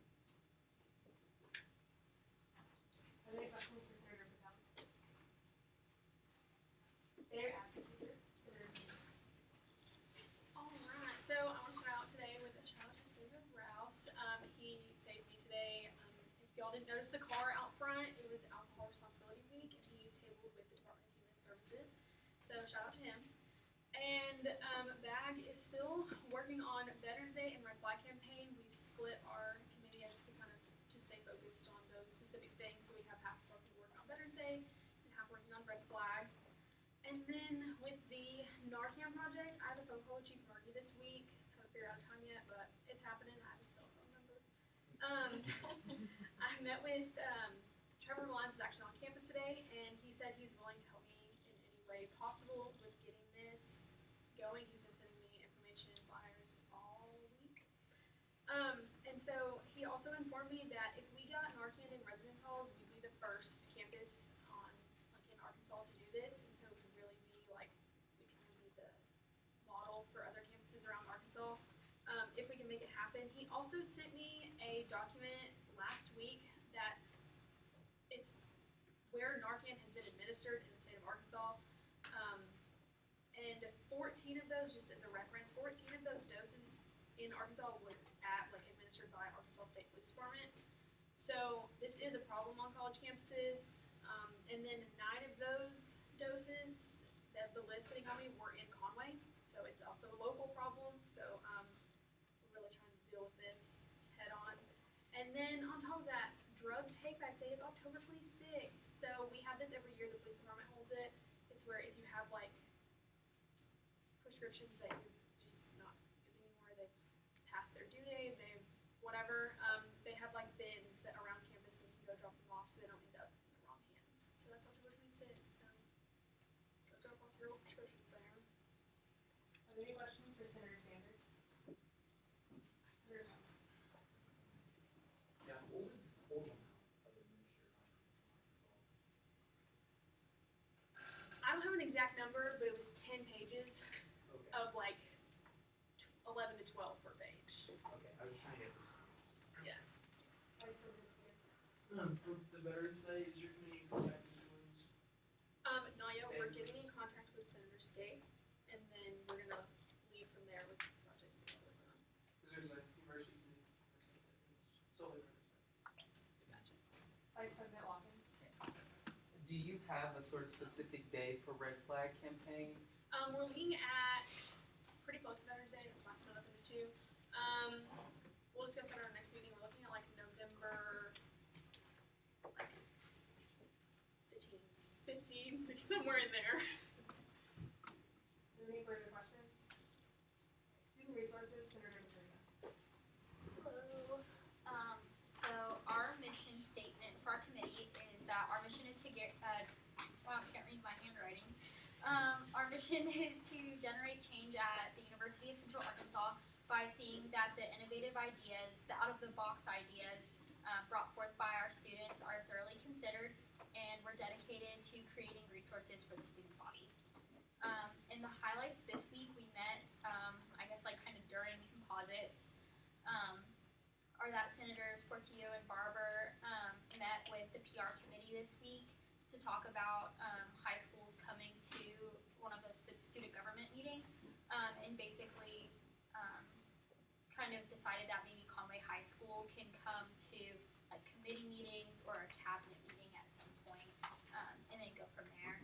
And then the other highlight for action is that Senator Spites looked into what doctors use in their online communications with patients, and they often use Skype because it's encrypted and it's free. Yay! And those are the highlights. Any questions for Senator Maturga? Sustainability, Senator Sanders. All right, so we just did our Challenge Week event. So that was a week-long event last week. and we carried this like big board. And if you guys didn't see it, it's on Vice President Lockings posted on the Instagram page. So you guys should check it out. We got over like 100 signatures, so it was basically a big board saying SGA pledges to be sustainable. And yeah, so that event went pretty well, and yeah, that was a good event. So we did get our two next meetings. One will be this Friday at 10. We will be going to the Conway Recycling Center. Yeah, and then on Monday we will also be meeting with Adam Hensley at 4, right before Senate, to go tour our own physical plant. And then after that we'll be going to the community garden behind, I believe it's Arkansas Hall, and the composting center, just to see like what resources are already available to us and just to get everything rolling. So yeah. Are there any questions for Senator Hernandez? Centennial Committee, Senator Wesley. So we've been meeting on 5 o'clock on Sunday still, and we came up with our mission statement. Our mission is to further establish SGA's continued commitment to service and leadership by bringing awareness to and celebrating a centennial of success. And our date for the centennial celebration has been set. It is January 13th, so it's just kind of taking the place of what would have been, well, I guess still can be, but we're giving it a new name and purpose. Our mid-year retreat and mid-year banquet.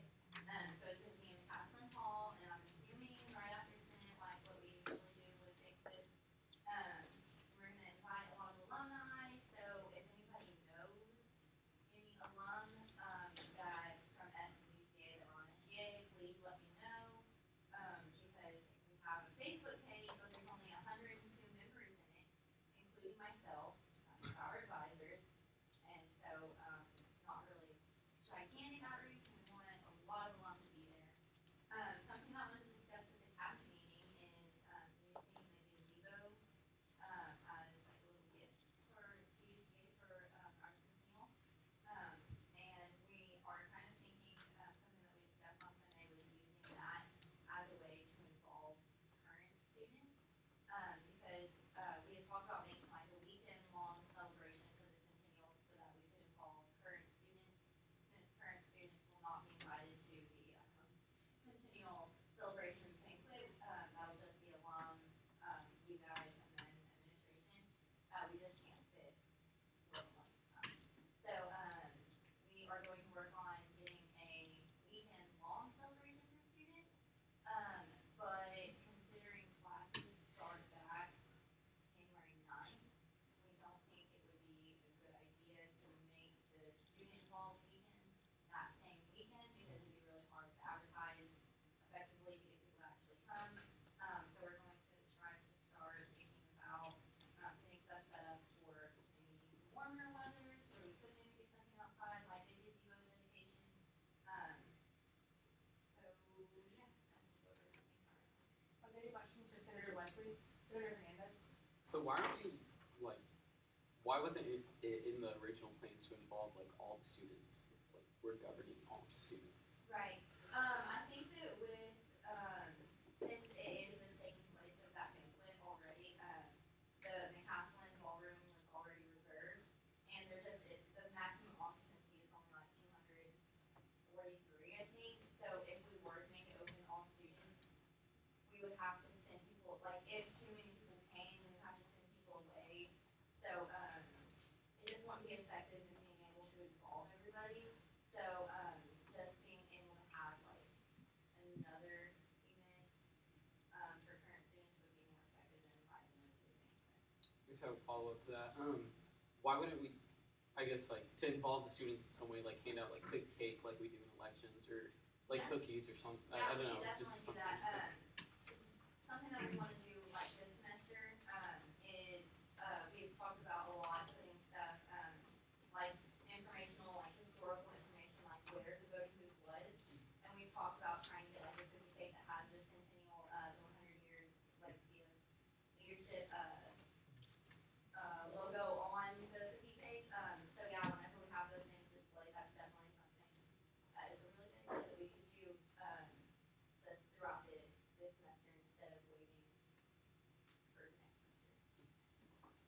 President.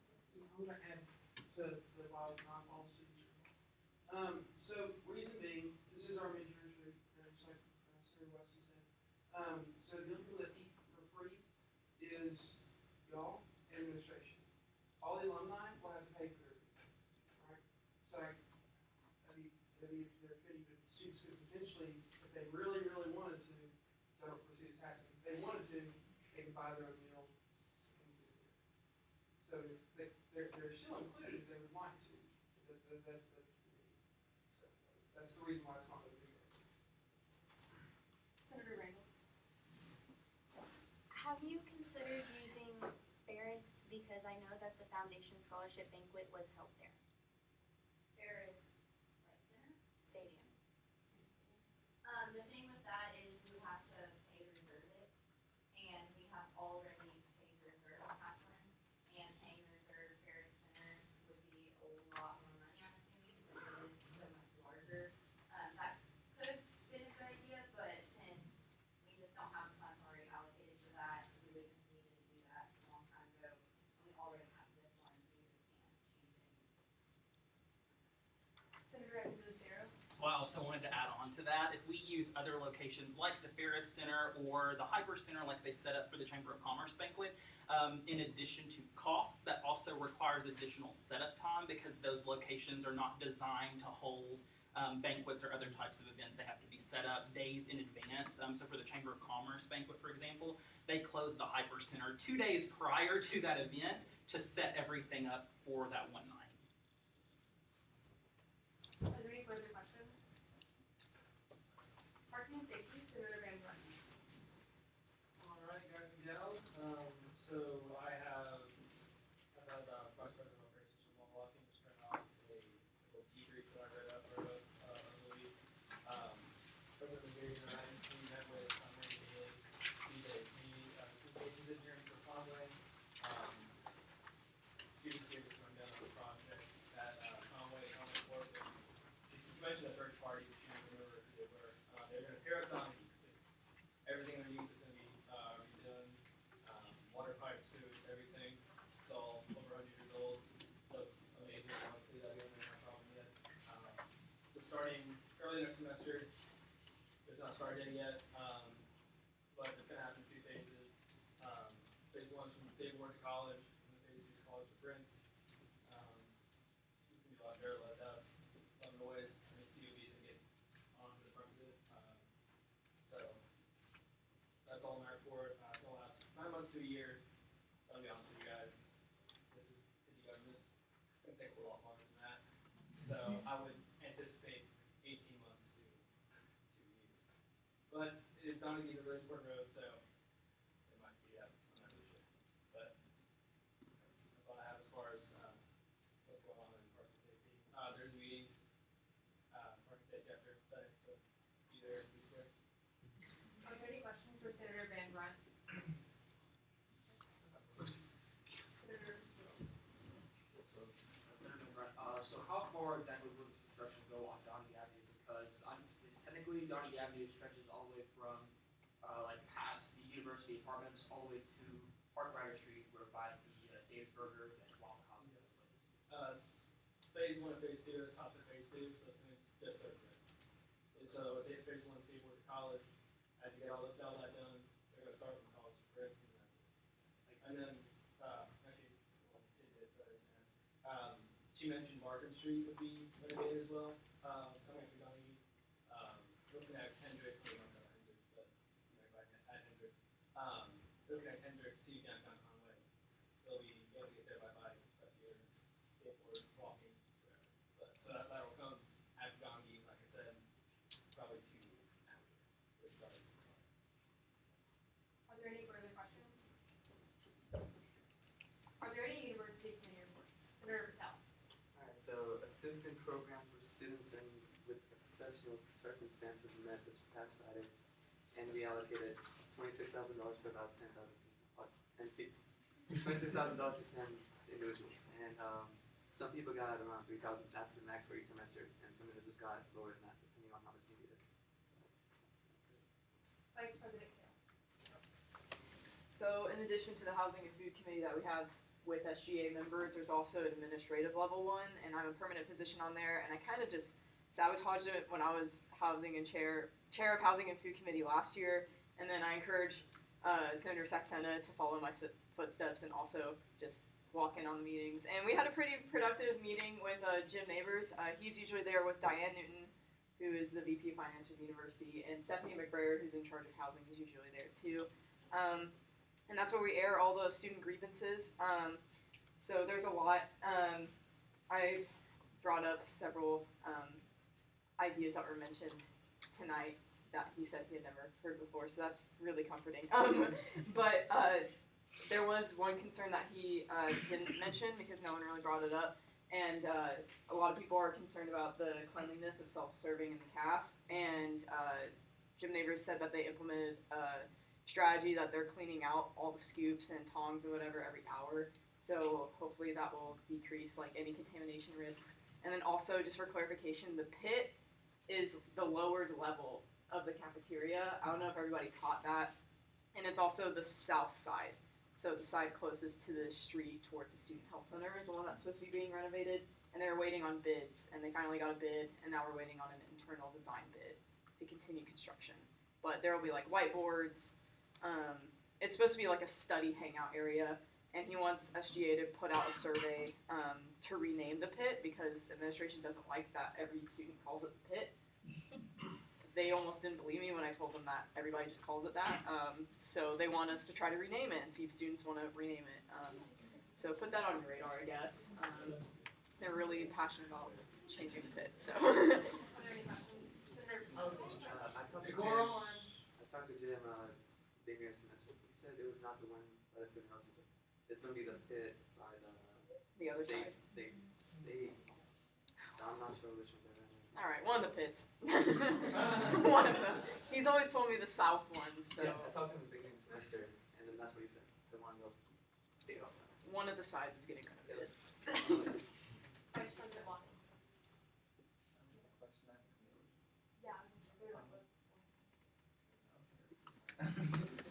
Okay, so today I met with the Sexual Misconduct Awareness and Prevention Committee at 11 a.m. in Wingo Room 315. So the committee's going to meet the first Monday of every month, and I'll do the charge of the committee and then just continue from there. So this committee is to enhance campus community awareness and understanding of the factors which contribute to sexual misconduct, to review, identify, and implement best educational practices on campus, and to discuss campus community training and collaborate on educational initiatives. So the committee was tentative at first. It wasn't a permanent committee, and now it's officially permanent, so that's very exciting. We discussed the campus safety grant, which is something Dr. Tane Duncan is working on in regards to getting a grant just to help us further our initiatives. And then we also, there's a survey that Dr. Tane Duncan has shared to discuss LGBT issues pertaining to sexual assault, homophobia, and thoughts surrounding the concept. So that's something that's already active as of now. She was waiting due to misinterpretations with the housing survey that's required for people. She's waiting, she's glad that that's finished, and now she's going to start sort of PRing the LGBT survey again, just to get better data on that. And they are working on, so right now, due to the freeze, the budget, the hiring freeze, we're not able to hire that LGBT advocate that we were sort of wanting to pursue. However, they are looking at still doing that and also working with the LGBT advocate would also be a victim advocate and sort of act in those capacities. They're working to achieve that nonetheless. And I was also in the meeting with Advisor Strickland, so if I didn't cover anything, you can do it. Yeah. Any questions? Are there any more university committee reports? Senator Grant. Yes, Vice President Lockneys, did you say that was the share survey that's already been sent out, or is this a different survey? No, that's the share survey that's already been sent out. So due to it being sent out at the same time as the housing survey that's mandatory, there was sort of misinterpretation and people were thinking that the share survey was required by housing. So now that the housing survey is done, we're going to begin pushing out so we can get more accurate data in regards to what we were looking for. I also know, like, when that survey came out, I heard a lot of complaints from friends and people that I talked to about some of the language in the survey, and the way that it was warned about the language, and the way that the survey was presented. Has anything been done to respond to those? Well, the survey is a very graphic survey because it's pertaining to homophobia, sexual assault, and sort of heterosexuals, sort of their idea around the concept of homophobia on campus and if they've been aware of it. So if those people that were taking the survey had read the 2-page disclaimer before taking the survey, they would be aware of those things. And that's also why we are resending it out, because some people did not mean to take it. They got it confused with the housing survey. But once again, there are 2 pages of disclaimers on the front of that survey before they read it, before like the actual survey takes place. So it'll be resent out, re-advertised. It's still active as of now. It'll be re-advertised to get better data because there are people who took it without realizing what it was. But also, once again, just 2-page disclaimer. You should have read it. Are there any more university study reports? Is there any unfinished business? Is there any new business? Senator Spears. Hello, guys. Thank you for final time tonight. I have one previous notice for Senate Bill 001. And this bill, as you may look familiar to you, was presented last week during Senate. It's sent back to committee to kind of polish it up a little more and to better reflect some of the criticism and questions brought up for it last week in Senate. And so what this bill kind of lines out is really just shrinking the essential statute of limitation time from 3 days to 24 hours for any election violations, for any specific violation, and to also appeal rules, or to appeal a rule in election. So only state what you're doing in Senate meeting. Absolutely. No deal. Is there any more unfinished business? Sorry, new business. Senator Sarah. In accordance with the UCASGA Constitution, bylaws, and special rules of order, notice is hereby given that the UCASGA will consider Senate Bill 002, expanding qualifications for underrepresented academic liaisons, hereunto referred to as the Equal Act. Is there any more new business? Are there any announcements? Vice President Watkins. Okay, so don't forget to turn in your personal information and interest sheet, please. And also, email committee chairs, please email me your mission statement so that I can make sure they're all in the meeting minutes. All right, so now you have trash. All right, make sure you take your trash out of chambers. Now it's working. So, listen, if I find trash in your spot, I'll give you the mayor. All right, I'm serious. Recycle the paper. Are there any more announcements? In the bottle. Internal affairs, meeting right after, in the lounge. Student services has a tracking survey out, fill it out, get the work. Are there any more announcements? Okay.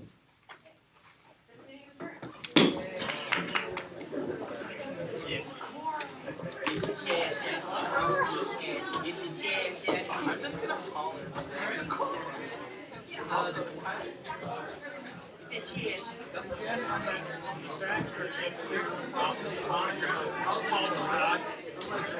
where they all work. Guys are there. So somebody can call, they just call the line.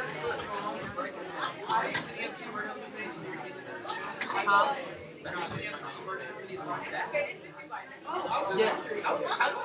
Have you sent them to me? Yes.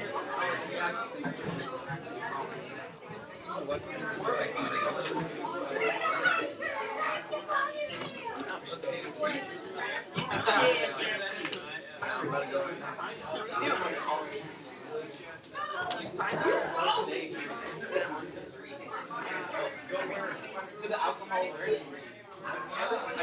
Yeah. What?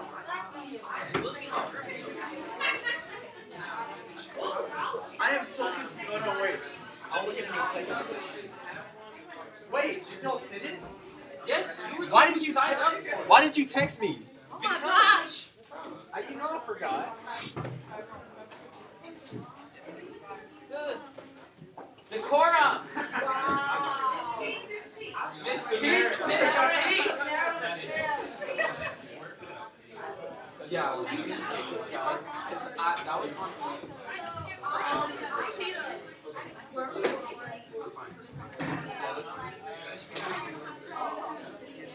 Yeah, that's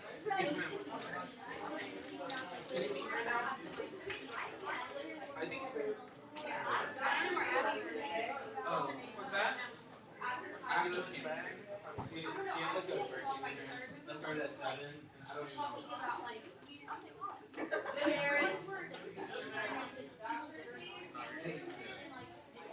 We're gonna. Here, I'm gonna go get. Tag. That was a good, by the way.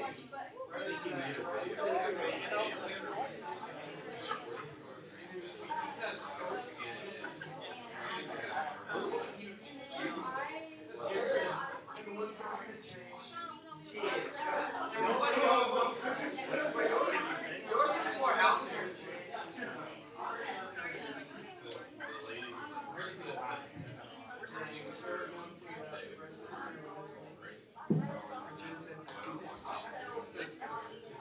That's what it is.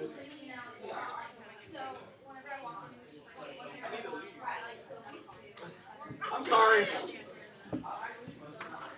Tyler. Can. Oh. Tell him. I need you to come to meeting. Right now? Yeah.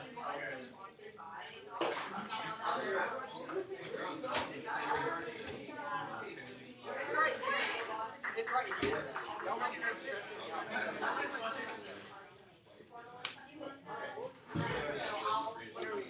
I put a Dr. Pepper on your chair. I know, and then I came in with the Dr. Pepper and I was like, who is that?